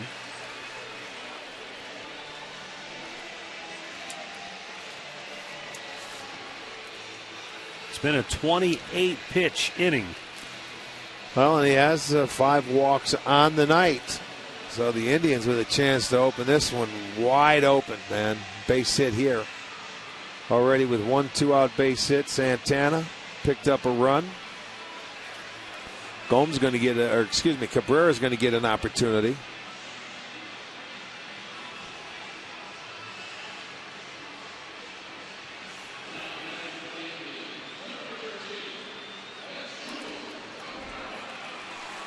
Well, we'll get a pinch runner. That's Matt Carson on for Jason Kubel.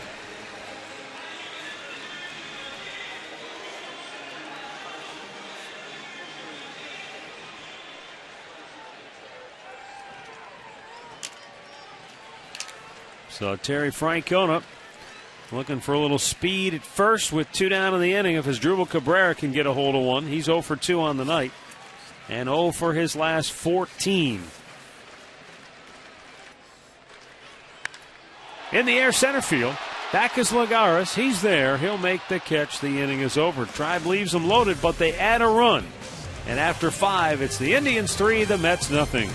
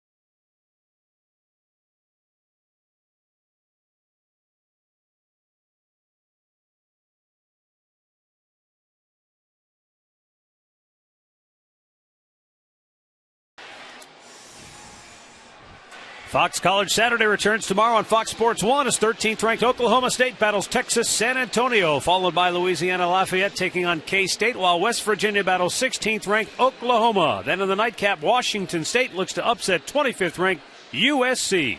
Fox Sports is your home for college football all season long. Matt Carson stays in the ballgame in left field after he pinch ran for Jason Kubel. Scott Kazmir has struck out 9 through 5 innings. Bullpen for the Indians quiet at the moment. Kazmir has given up just 4 hits on the night.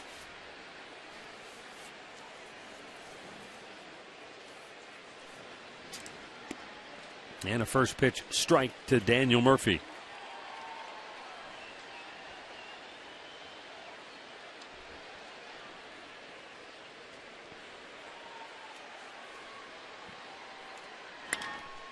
Out of play.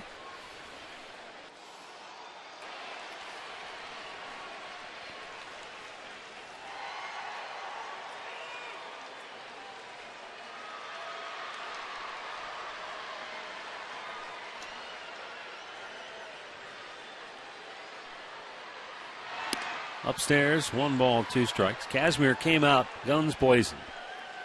Retired 8 of the first 9 New York hitters, striking out 6 of them.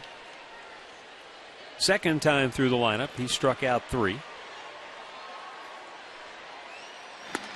And he has struck out Daniel Murphy now, who is the 2 hitter for New York. So he's going through this lineup through the 3rd time tonight. And is equaled his season high now with 10 strikeouts this evening. Downstairs to Katie with him.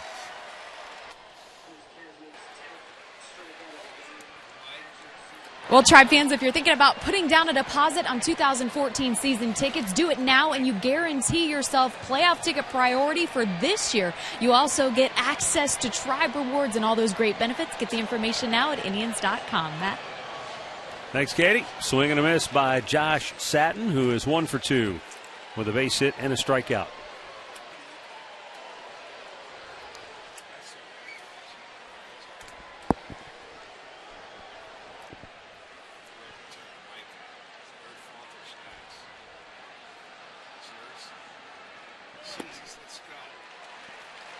No balls, 2 strikes.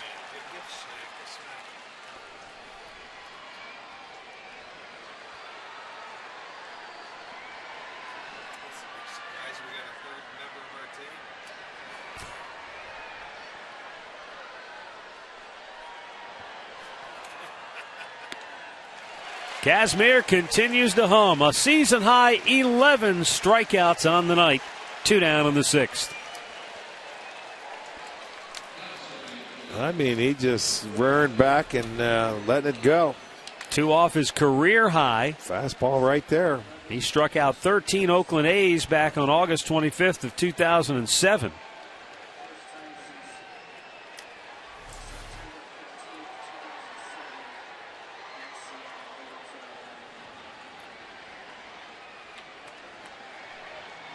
Ironically, and it's funny how baseball works like this sometimes, the most strikeouts he's ever had in a game came against Oakland.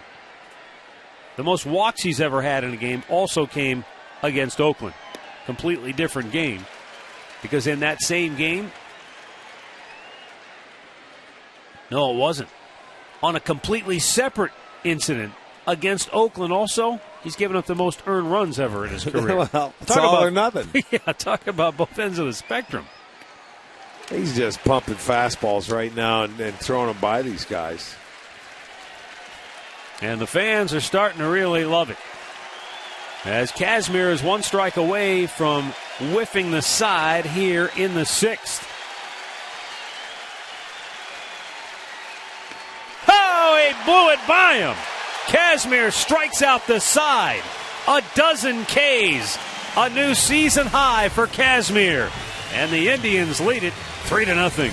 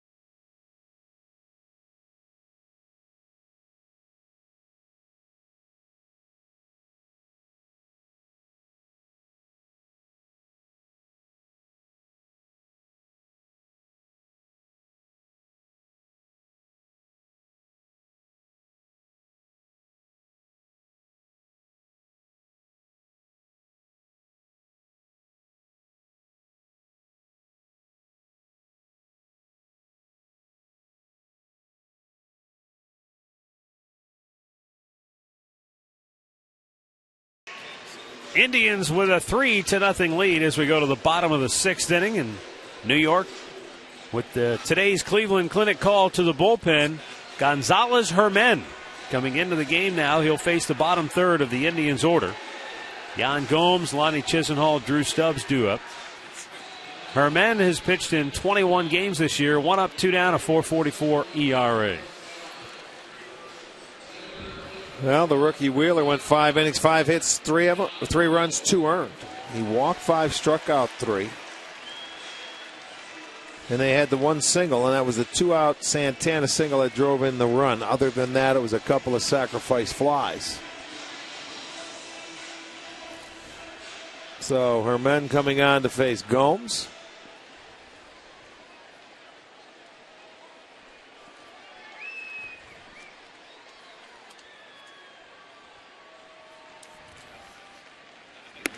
Herman's spent the first 5 full seasons of his professional career in the minor leagues. And now this year getting his first taste of life in the bigs. Dominican Republic native.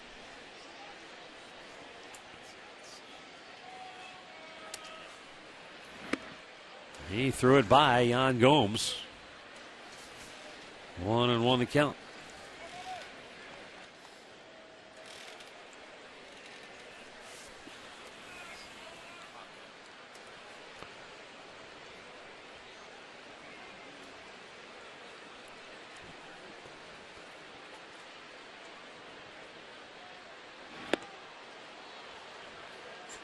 Nice slider, 1 ball, 2 strikes.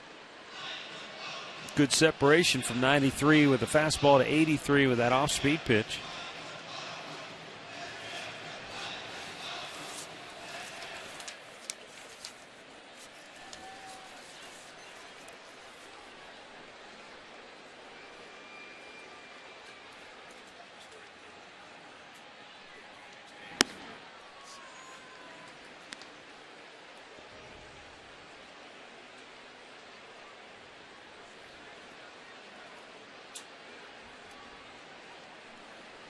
Herman has struggled a little bit here of late. He's given up 5 earned runs in his last 3 games, 7 in his last 8. Gomes drives one deep left field. Young back looking up. It's off the wall. Plays it well, throws towards second, but Gomes in safely with a leadoff double. His second hit of the night. And Yan Gomes just continues to hit. He's now hit in 6 straight games. And Ricky has 9 hits in his last 21 at-bats. Watch the location. His nitro zone, down and in, man. He loves that ball down there. I don't care if it's a fastball. That was a changeup that was coming down, and then he just banged it off the wall. The first extra base hit for the Indians tonight. That was their 6th hit. But, boy, Gomes likes it down there. Lonnie Chisenhall walked and scored in the second. Hit into a double play his last time up. This one's hit high and foul and out of play.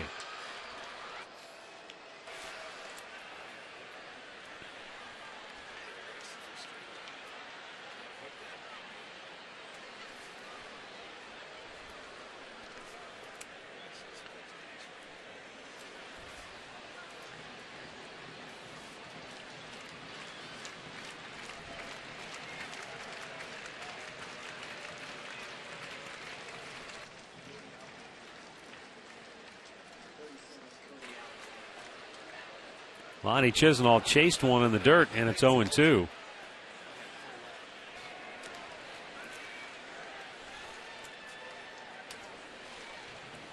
Cody Allen is once again getting up in the Tribe bullpen, so not sure if that means Kazmir's night is over. Usually when you get a guy up this early, that might be it for Kazmir. Boy, he has really pitched well tonight.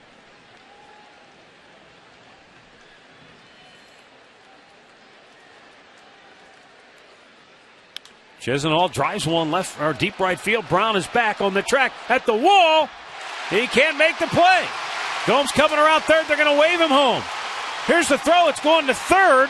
And Chisenhall is out at the bag. I don't know what happened there. Well, Gomes scores. Gomes stopped in between third and home. And I think Chisenhall had to. And then he should have been thrown out at home plate, but he is able to make it. So that was a strange play. They wanted to come around third. And Chisenhall does a nice job to stay after that changeup after swinging through one that was down. It goes off the wall in right field. And by the time Brown can get it in, watch, he stopped. Oh, you're right. And then he started again, and Chisenhall sort of didn't know what to do. Gomes slips. Watch this. He saw a stop sign. Yeah. It was a late stop sign. Yeah. And then by the time he came up, he was lucky to score. They could have had him out at home plate, but they didn't realize that. So that goes to the double and RBI. The weird thing, Rick, was that Murphy, when he caught the ball, he was going to third all the way. So they were either telling him 3. But I thought, like you, I was surprised he didn't turn and come home because I thought they had a shot, at least on a play at the plate on Gomes. Well, a little different. But the Indians come back and score, put their 4th on the board. I thought it was a good job by Chisenhall to pull the ball. Bounced in front of the plate. Well, the Indians have added another tally. They've scored 1 in the first, 1 in the second, 1 in the 5th, and now another run home here in the 6th. And Herman has continued his struggles. Just mentioned a moment ago, he had given up 5 earned runs in his last 3 games, so make it 6 in his last 4 and 8 in his last 9. So for Gonzalez, Herman, that's a tough go when you're coming out of the bullpen trying to either A, hold a lead, or B, keep a team from expanding their lead. Called third strike for Stubbs, 2 down on the inning. And we'll get the answer now to our AT&T trivia question. Last Indians player with 3 games of 5 or more hits in the season. Victor Martinez. Joe Carter. All the way back to Big Joe, 1986.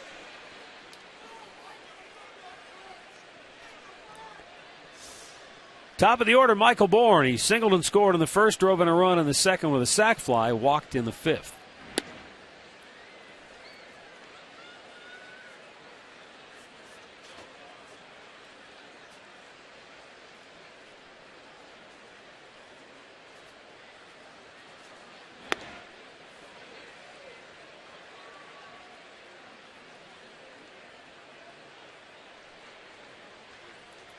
Cody Allen continues to warm. Well, I would think that means he's in the ball game. Yeah. With as much work as he's done this year, I wouldn't think he'd be getting up just for the heck of it. Right.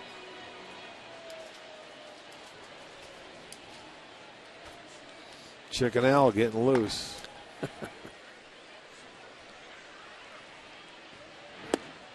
Swung on a miss. It's 2-2.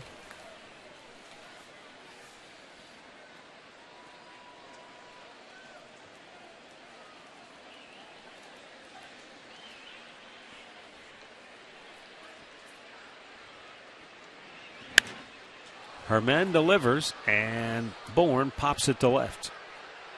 The inning is over. The Tribe tacks another run onto their lead, and we'll go to the 7th. Cleveland 4, New York nothing.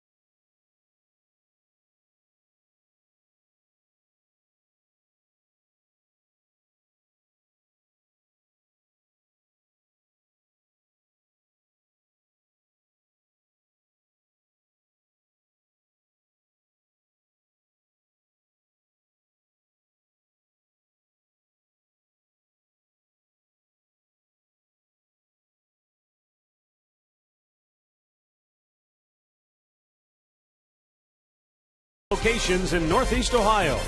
And by Levin.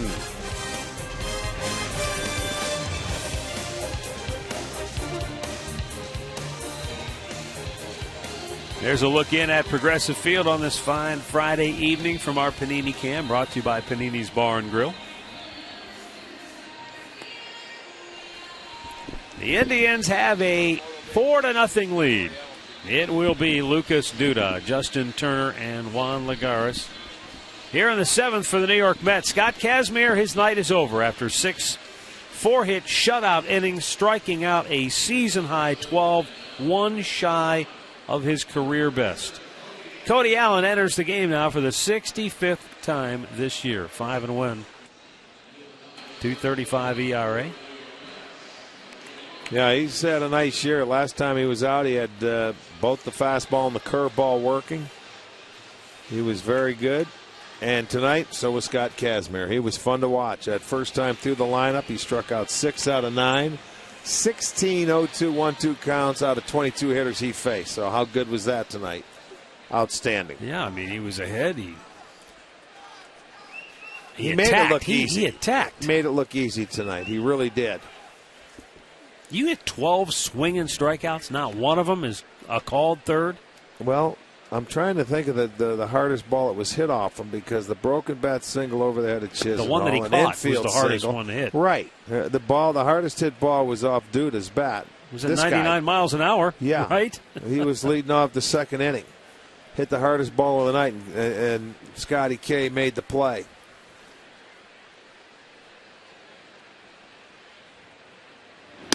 Upstairs. 1 ball, 1 strike. This is the play we're talking about back in the 2nd. Look at that. Yeah, I got it. We said it was 99 miles an hour coming off that bat. And it goes in the end of the glove, thank goodness. Whew. He said, I can't let that happen anymore tonight. Heart can't take it. He struck out 3 in the 1st, struck out 3 in the 3rd, and then struck out the side 1, 2, 3 in the 6th.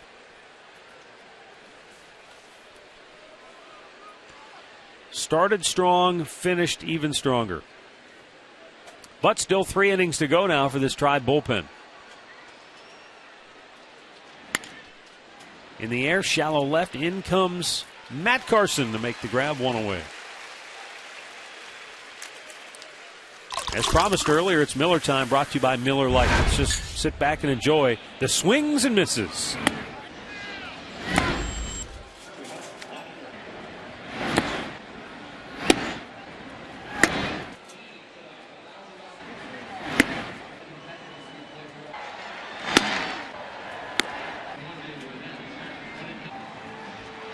Yeah, that's a lot of fun when you're a pitcher and you've got that kind of dominant type stuff. Total control of the ball game tonight for Kazmir. Justin Turner 0 for 2. A couple of ground outs. 1, he bounced into a double play in the 4th that ended the inning.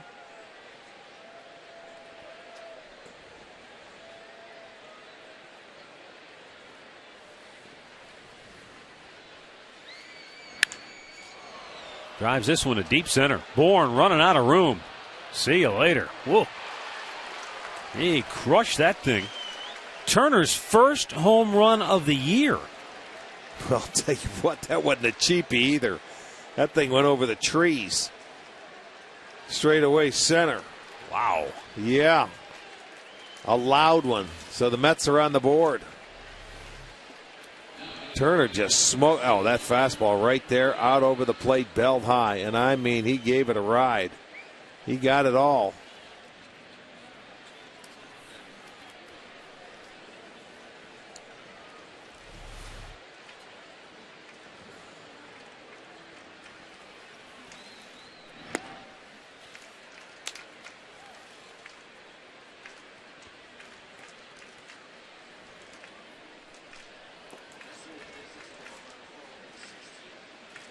.416 feet, they tell us. 416, please. It's 400 the base of the wall, and it went up in the second row up there. They better get that thing checked.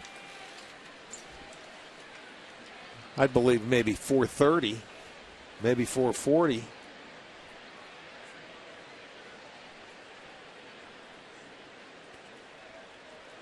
Juan Lagares 1 for 2. Takes a strike. 2-1.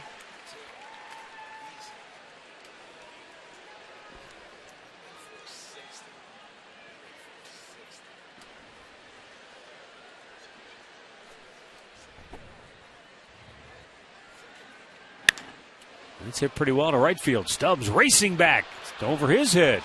One hops the wall.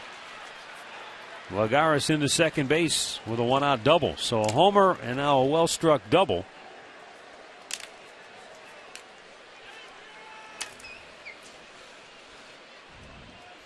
Well, let's look. The fastball home run was right down the middle, and so was this double. A nice fastball out over the plate and gives him swinging room. He stayed on it and drives it past Stubbs in right field. So Lagares gets his 20th double. Mickey Callaway wants to come out and have a quick chat with Allen.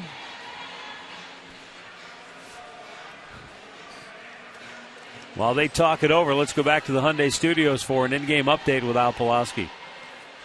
All right, Matt. Well, after Kansas City took a early 1-0 lead, Detroit came back with 5 runs in the top of the second, highlighted by this 2 RBI double here by Austin Jackson. They're in the third inning now at the K. The Tigers lead the Royals behind Anibal Sanchez 5-1. Matt?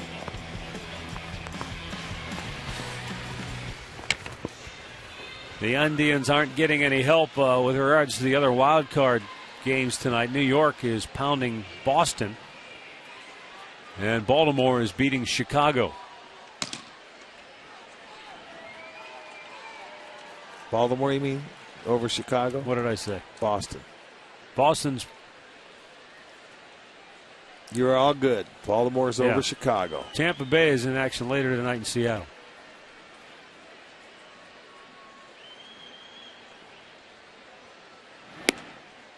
Strike over the outside corner to Travis d'Arnaud, who is 0 for 2 tonight.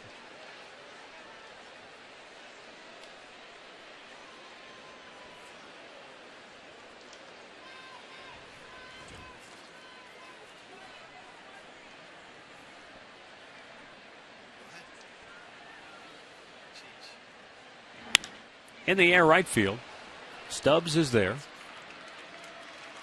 Catch is made, and there are 2 down in the inning.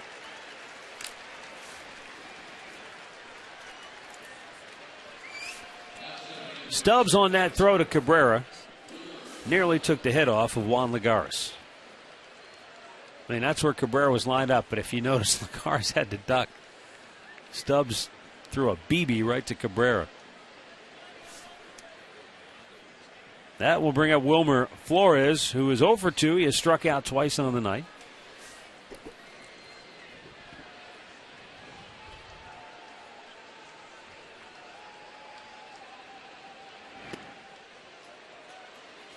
Watch this throw by Stubbs. Well, throw it right at the Watch runner. Lagares. We'll see if he moves. Low bridge. Get down.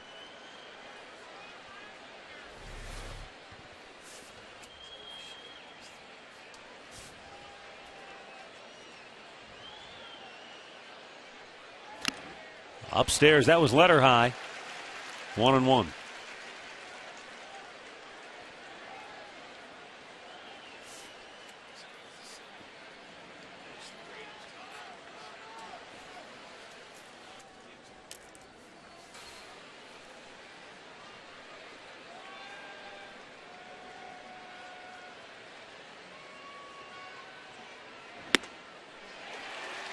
Good off-speed pitch. Drops it in for a strike. He gets ahead 1-2.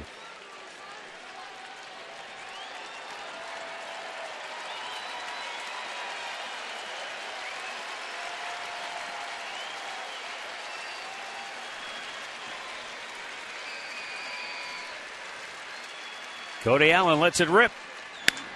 Flores lines it to center field, but Bourne makes the grab. The inning is over. Mets get on the board on the solo homer by Turner, but it's stretch time here at Progressive Field with the Indians up front 4-1. Seventh inning stretch brought to you by Spitzer Auto World. Life is hard. Buying a car shouldn't be.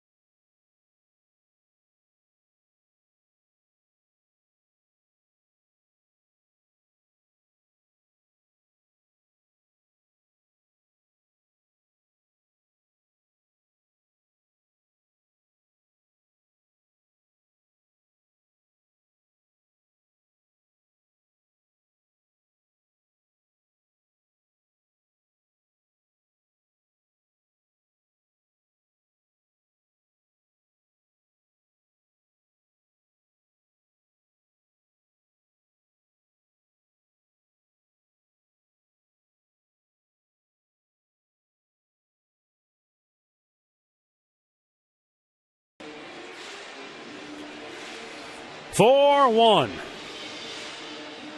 The Indians lead it as we go to the bottom of the 7th inning. Gonzalez Herman, who gave up a run in the 6th inning, stays on to work the 7th. Nick Swisher 1 for 3 on the night.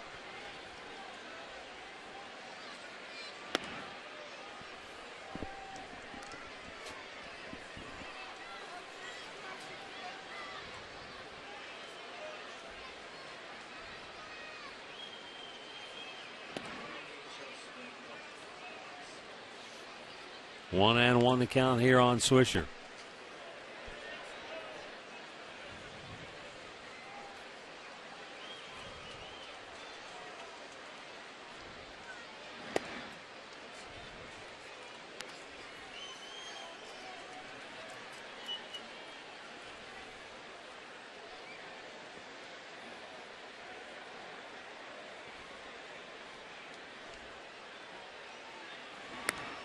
Three and one.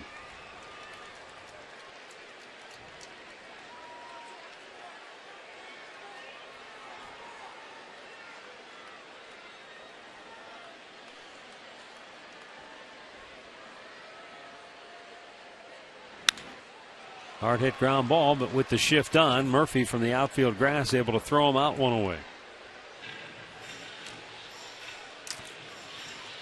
Well, come on down to the ballpark on Tuesday. Kansas City Royals will come to town. That'll be Monday, Tuesday, Wednesday. But Tuesday night will be Dollar Dogs night all night long. Indians.com for your tickets.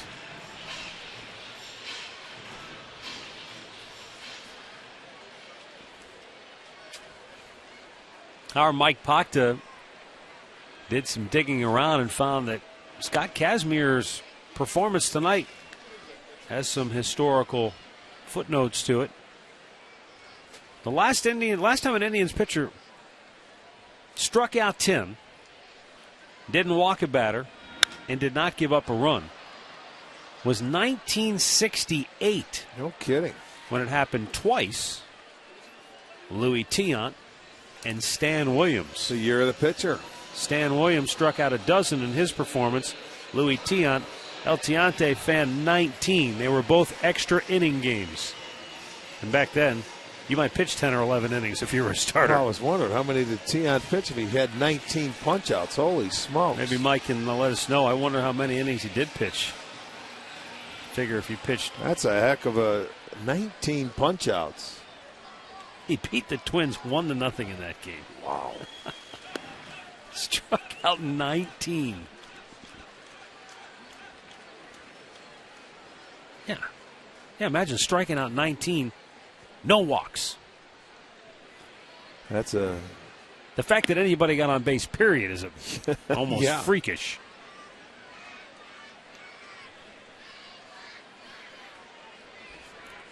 Carlos Santana's had a good night for the Tribe. A sac fly in the first, walked in the third, RBI single in the fifth. 2-1 to count.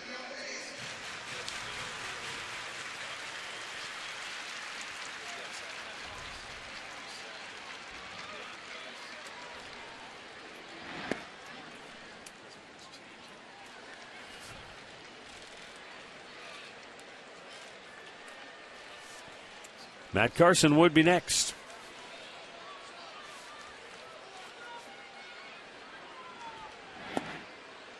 And he will be next as Santana draws a walk for the second time tonight.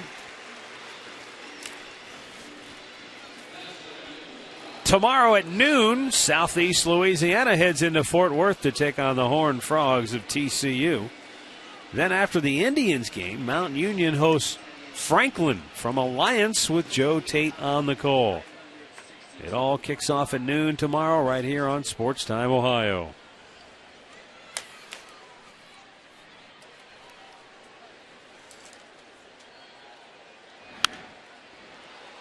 That's back and almost got Jimmy Orek. Jimmy O. Got him. It's sitting right on the TV. Picked it up. There you go. There you go. Take it home, Jimmy. That's the ugly finder. It found him. There he is. Hi, home. There it is. Souvenir. Nice catch, Jimmy.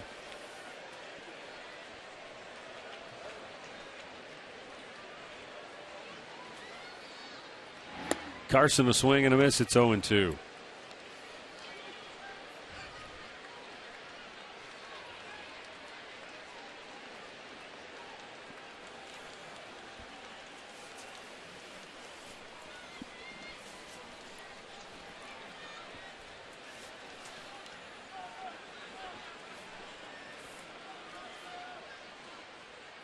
Carson rips it into right field. That's in the gap. A base hit cut off by Brown. Santana will go to third, and the Indians have runners at the corners with 2 away. He got on top of that high fastball and took it to right field. A pretty good job with 2 strikes after, breaking balls down or that changeup. Watch him get on top here. They wanted it the way, and he took it that way. Keeps it going after the 2-out walk. It's now first and third with 2 outs, and it gives Cabrera another opportunity.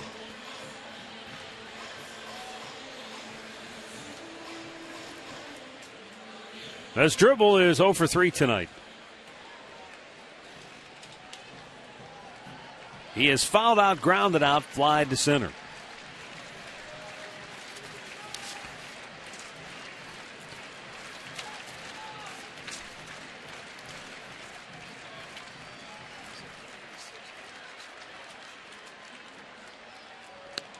Carson back with a dive.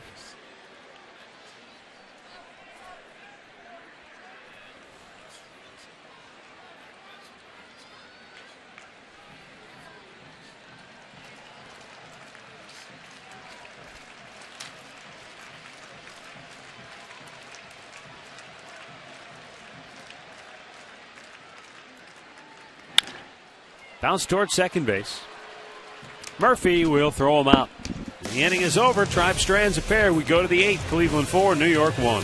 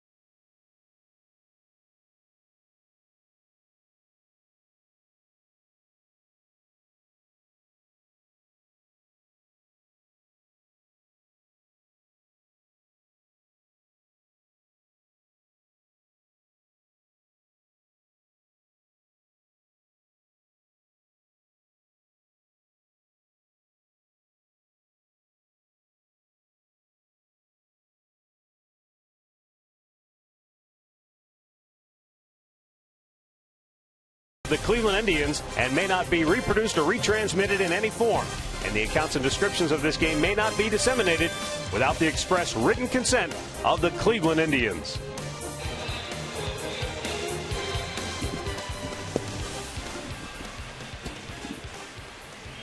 Stay tuned for Indians Live, brought to you by Conrad's Tire Express and Total Car Care. It comes your way after the ball game here on Sports Time Ohio. We'll have the highlights, recap the ball game. The Indians with a 4-1 lead as we go to the 8th inning. New pitcher for the Tribe, Joe Smith, on for the 61st time this year. 6-2 at .247 ERA.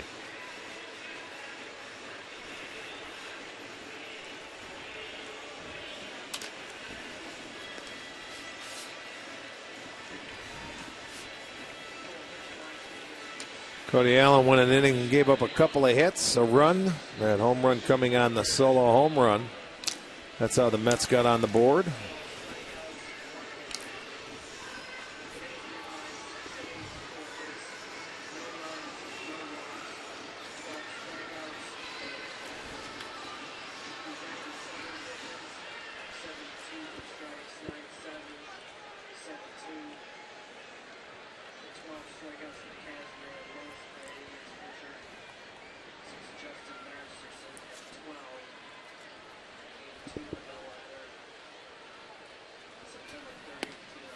At the knees, a strike. Eric Young is 0 for 2, was hit by a pitch in the third inning.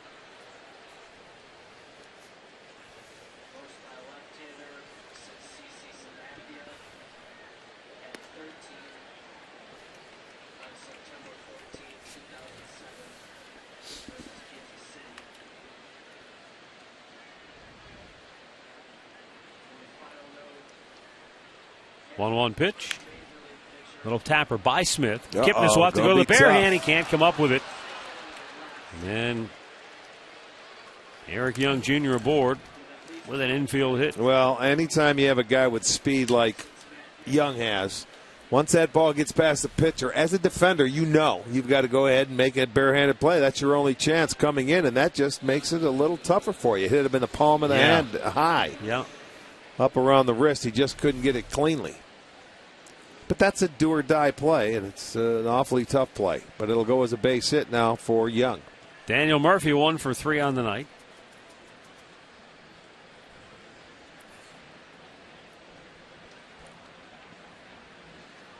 Oh, they got him.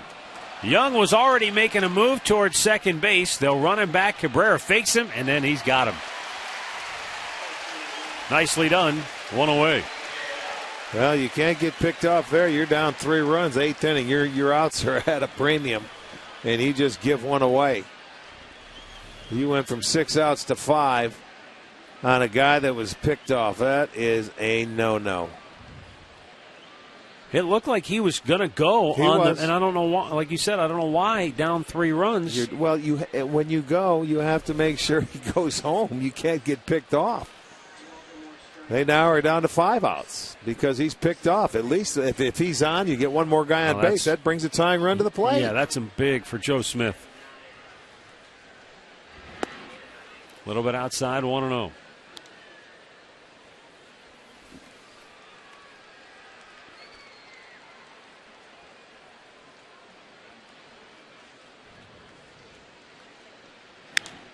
Popped him up. On the infield, Lonnie Chisenhall camps under it. Makes the catch. 2 down. Let's go back and take a look at our keys to the game, courtesy of Akron Children's Hospital. We mentioned at the outset of our telecast tonight for Scott Kazmir, he wanted to beat the team that drafted him but traded him. And he did all in his power to execute that. And the Indians, I tell you what, I was impressed with Zach Wheeler tonight. He gave up 1 earned run, then an unearned run.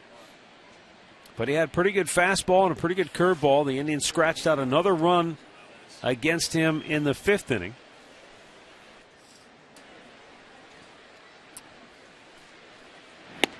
Pitch at the knees, a strike to Josh Satin, who is 1 for 3 on the night.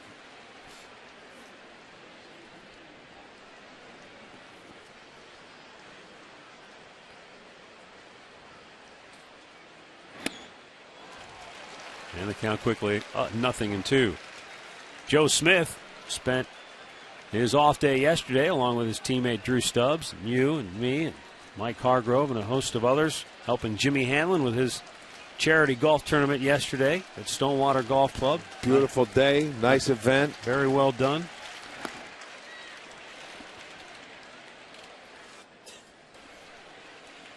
Yeah, he couldn't pick a better day. It's a lot of fun. David Ardsma getting loose in the Mets bullpen. And the 1-2 pitch. Strike 3 called. The inning is over. Joe Smith locks up Satin. And the Mets are out here in the 8th. And the Tribe leads it 4-1.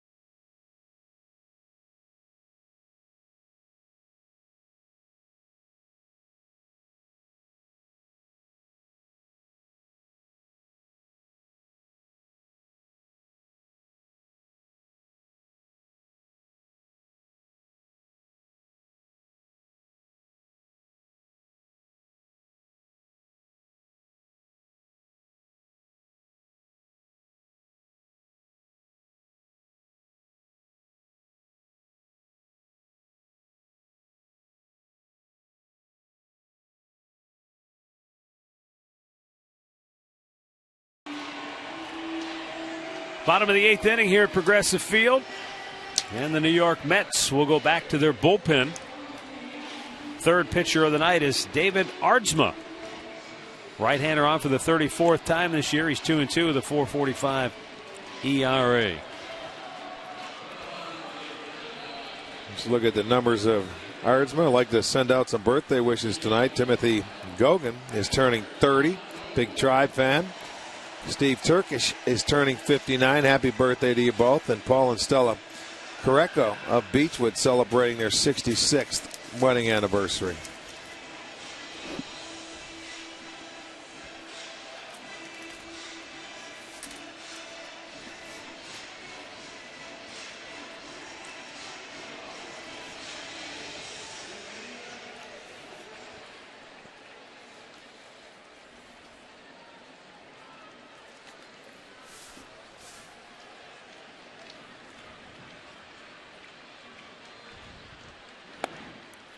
Pitch in there for a strike.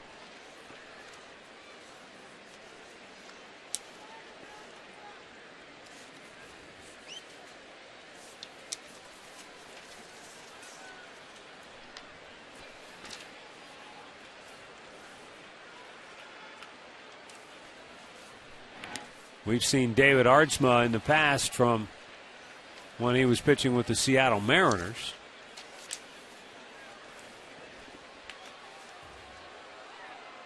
Yeah, he's had arm issues and arm troubles, but he had a great arm at one time.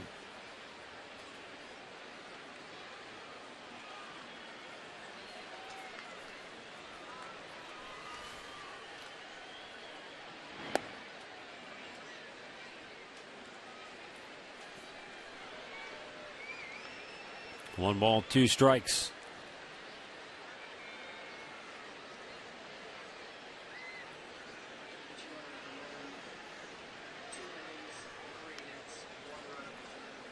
Jan Gomes, another good night at the plate. 2 for 3, a single, a double, a run scored. Fouled right back. He's hitting 6 straight.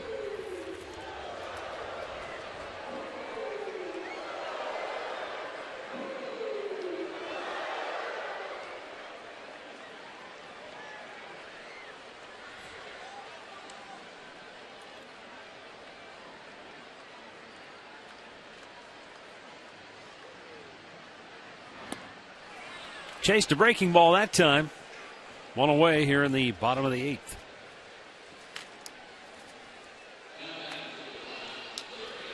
In-game box score brought to you by your local Hyundai dealers.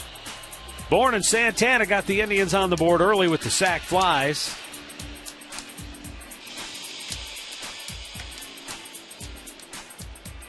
And then the Indians just kind of scratched and clawed. Santana had the RBI hit in the 5th, an RBI double by Chisenhall in the 6th.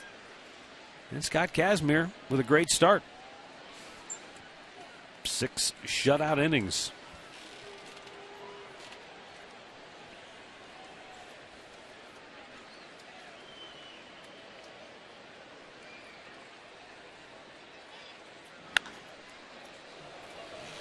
The executive producer for Sports Time Ohio is Tom Farmer. Our coordinating producer is Steve Warren. Tonight's game produced by Jim Murphy, directed by Pat Murray. Indians Live, produced by Mike Bachman. Associate producers Mike Pachta and Steve Bardo. Technical director Dan Larson. Creative consultant Mark Koha.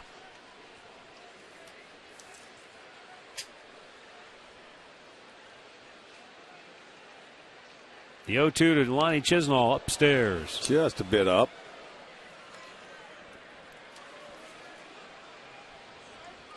Our statistician tonight overwhelming us with statistical knowledge. Jeff Gears handed me this card. He has been unbelievable. Scott Kazmir, the first pitcher in Major League Baseball since 1999 to throw 6 innings of shutout baseball without a walk and strike out 12. Matt Parasho of Texas, the last guy to do it. Out of play. He did it against the Los Angeles Lakers, I believe. I'm not sure what LAL is supposed to mean. Look at him. He got a chuckle out of it. What do you think? Yeah, I'm thinking it's California, maybe? Is that supposed to be a C? Yeah. I think it's American League team. Here's the 2-2. Fouled back out of play.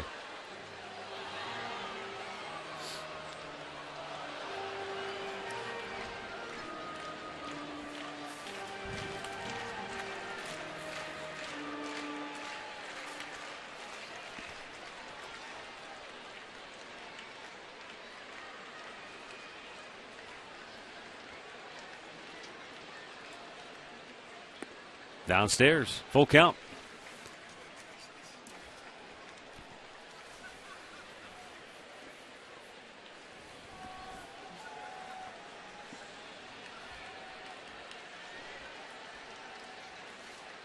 Ardsma's payoff pitch.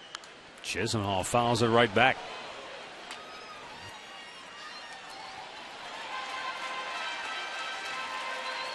It's a final in Baltimore. The Orioles blanked the White Sox tonight 4-0. So Baltimore trying to stay neck and neck with Cleveland in that wild card chase. 3-2 pitch. Ball 4. Tribe has a one-out base runner here in the 8th now for Drew Stubbs.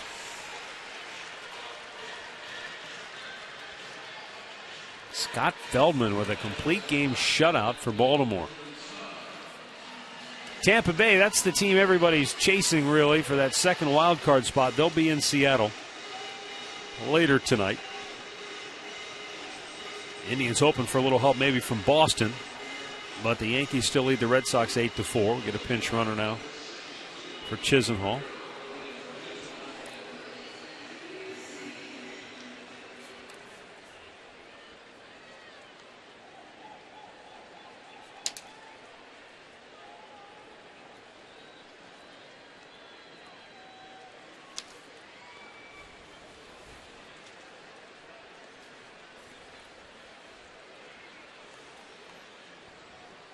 You know, this is, I wanted to mention this before I forgot tonight.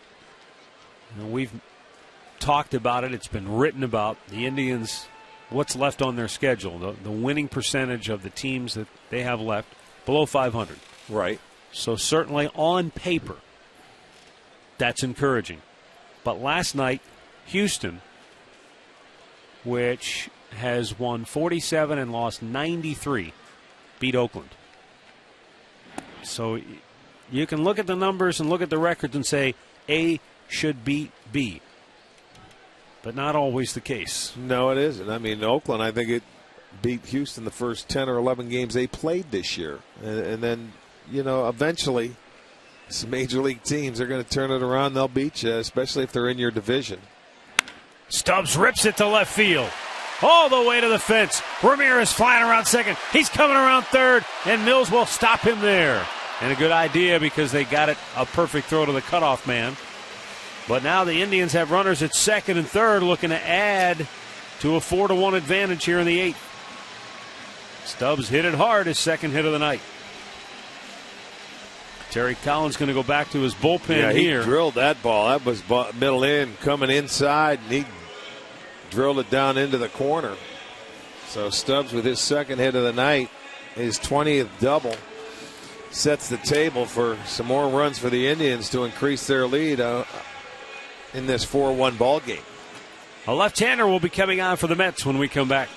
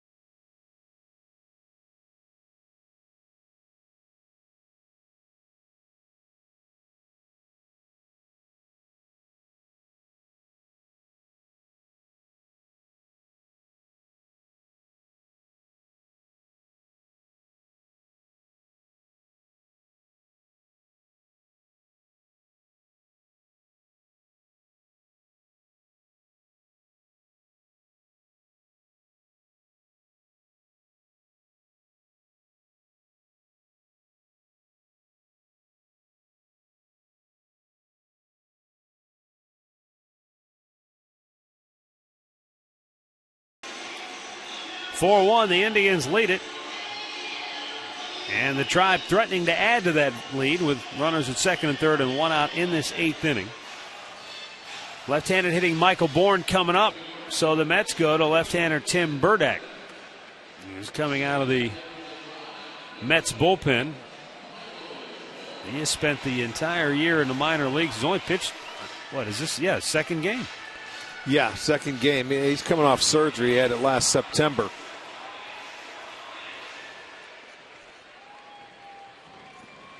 To repair a torn interior capsule of the left shoulder. He also had a banged up right knee, too. Infield is playing in to try and cut it off at the plate. Good speed on the bases for the Indians.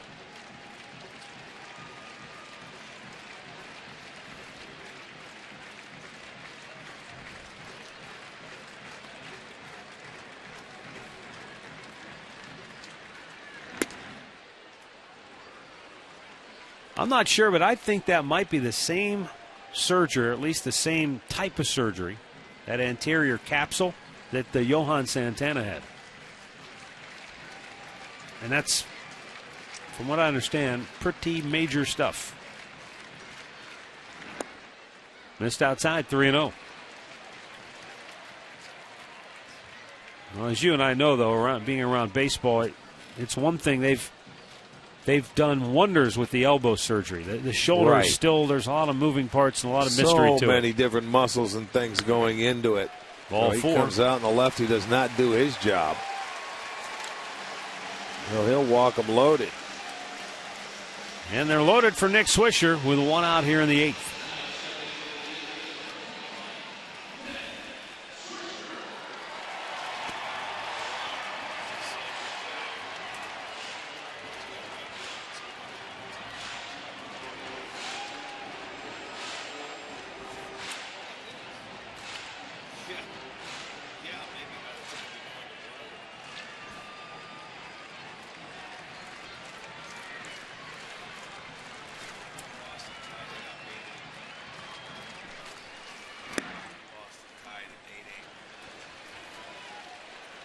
You know, it's too bad this guy had the injury at the end of last year because Terry Collins said he could use him almost every day. He'd probably only face one batter, but Right. he said he was a guy who was ready and he could come in and pitch to just that one batter, but he could use him almost every day. That's why managers love him, but that's probably also why he had shoulder surgery, too, when you think about it. You start thinking about it like, you know, well, sure. maybe. I mean, he's been around. He came up with the Kansas City Right. Royals back in '98. He's not a kid, you're right. So, you know, you start using guys every day, and there's only so many pitches in that gun, so many bullets in the gun. Spent a couple of years in the Indians farm system, too. Spent time with 2001 and in 2002 with the Tribe's minor league program. 1-1 pitch. Swung on and missed.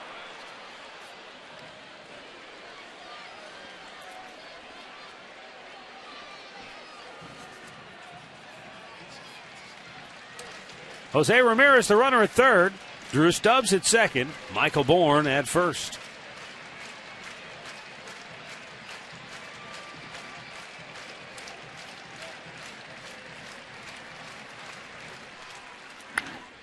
High pop.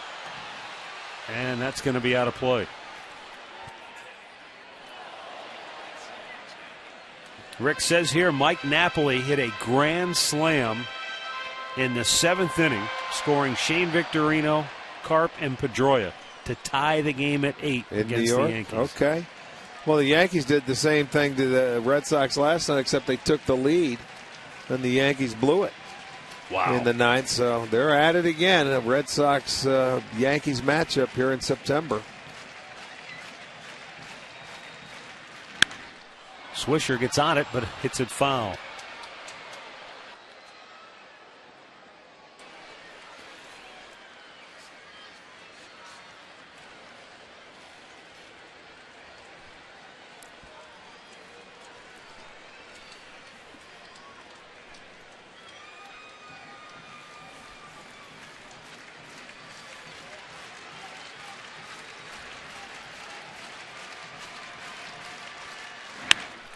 Hit pretty well. Deep left. Young looking up. Gone to Souvenir City. Nick Swisher with a grand slam here in the 8th inning as the Indians busted open. Swisher's 16th home run of the year. RBIs number 47, 48, 49, and 50. Speaking of grand slams. And the Tribe with the salami leads it 8-1.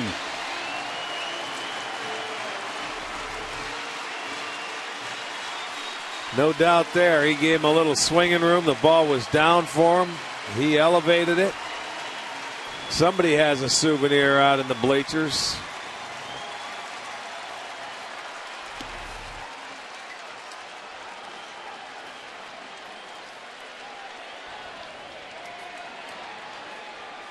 The 8th in his career for Swish.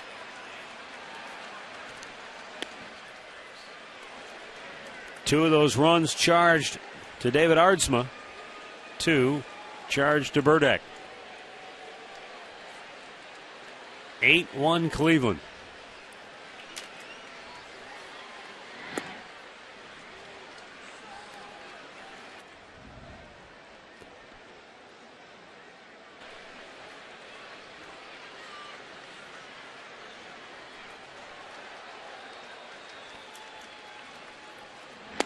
Way outside, 2 balls, 2 strikes.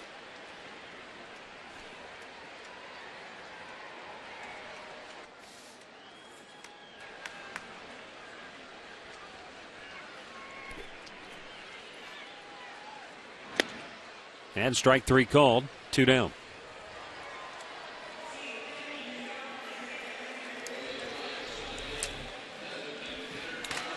Well, there's that little breaking ball that's coming into the barrel head of that bat, and he drives it. And, I mean, he knew it. Running down, he knew he had enough. It's been a while. There it is. Salami. You got to love it. Made it an 8-1 ball game for Swisher.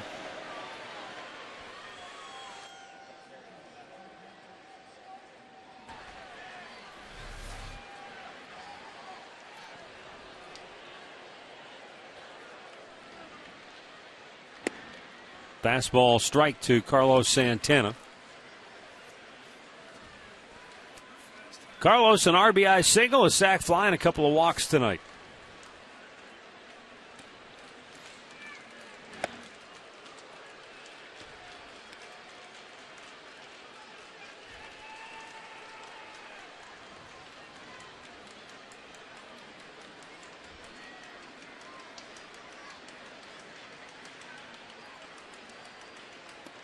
Way out in front of it, and I think he doinked the catcher on the follow-through. Yes, he did. I heard it from up here. That long extended follow-through got him on the mask, or the helmet, I think. Watch this. Breaking ball. Boink. Ouch.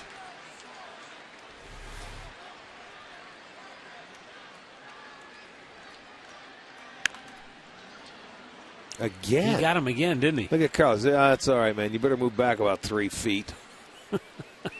I don't think that's going to be the answer. My goodness. Second straight time.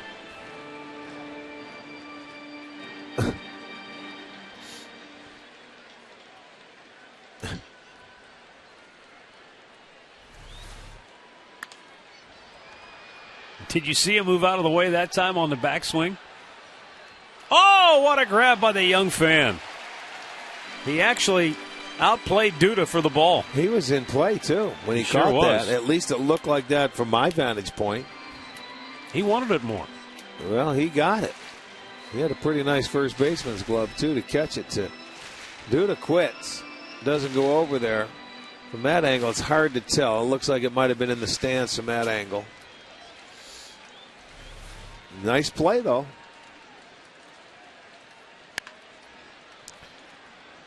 Again, he keeps swinging. I'll tell you, that catcher's got to be, he's got to hate Santana in the batter's box. You got to go back. And you go back, then you get beat up from the foul tips on the ball. It's that extended swing where he lets go with the top hand and then follows through with his long one. It's a third time in this at-bat he's hit him. It's a short. Turner throws him out. The inning is over, but Nick Swisher has put the Mets lights out with one big swing of the bat. A grand slam. It's 8-1 Cleveland.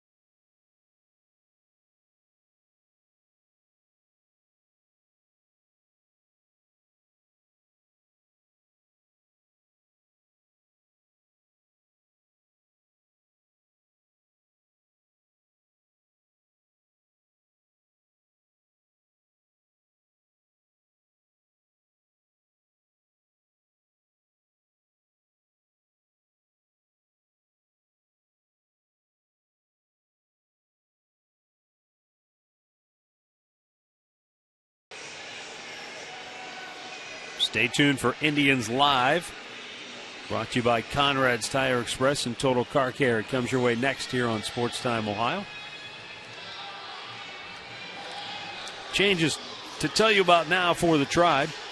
Matt Albers will be the fourth Indians pitcher tonight. He'll come on here in the ninth inning. 47th appearance of the year. 3-1, a 3.52 ERA. Defensively now for Cleveland, Jose Ramirez, who pinch ran, stays in the ball game. He's at second base, and Mike Aviles comes on and takes over at third. Andrew Brown, Lucas Duda, Justin Turner due up for the Mets here in the ninth. 8-1, Cleveland on top.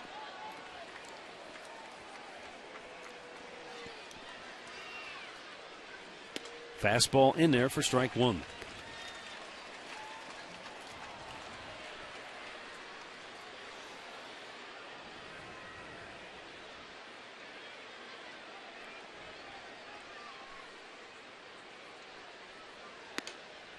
Belt high, strike, nothing into the count.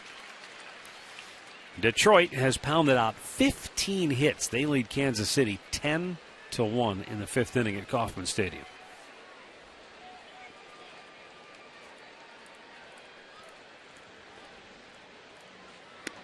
Strike over the outside edge. And Brown is out number one here in the ninth.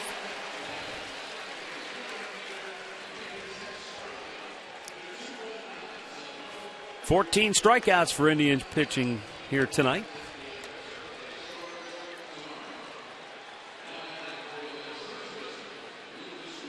A lot of K's up on the old board out in right field, isn't there?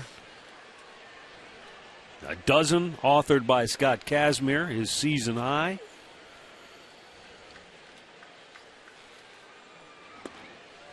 Smitty had one, and now Albers gets one. The series continues tomorrow night, and a programming reminder, it's a 6 p.m. start tomorrow. Ground ball with the shift on. Ramirez way out on the outfield grass, and the long throw gets him 2 down. So used to 7 o'clock starts, especially on Saturday evenings nowadays, but tomorrow it's a 6 o'clock. I like it. First pitch. I like it a lot, 6 o'clock. Let's get out here in the nice weather. Started an hour earlier. We'll get Corey Kluber back in the starting rotation tomorrow night.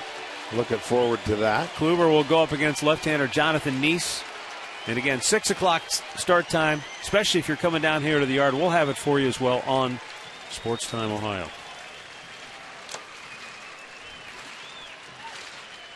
Justin Turner, who homered in the 7th for the Mets' only run, takes a strike.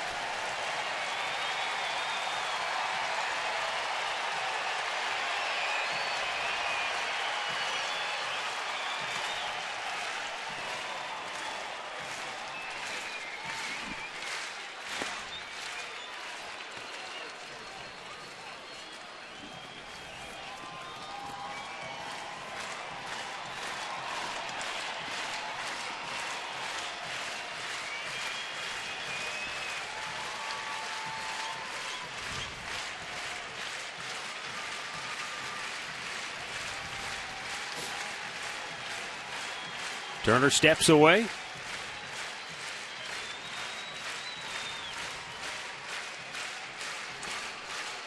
Albers with a 1-1. Hit foul, out of play to the right.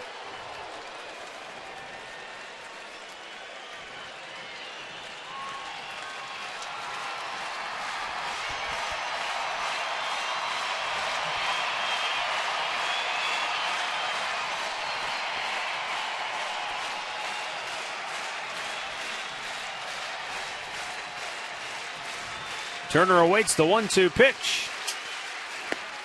A little bit inside to even the count.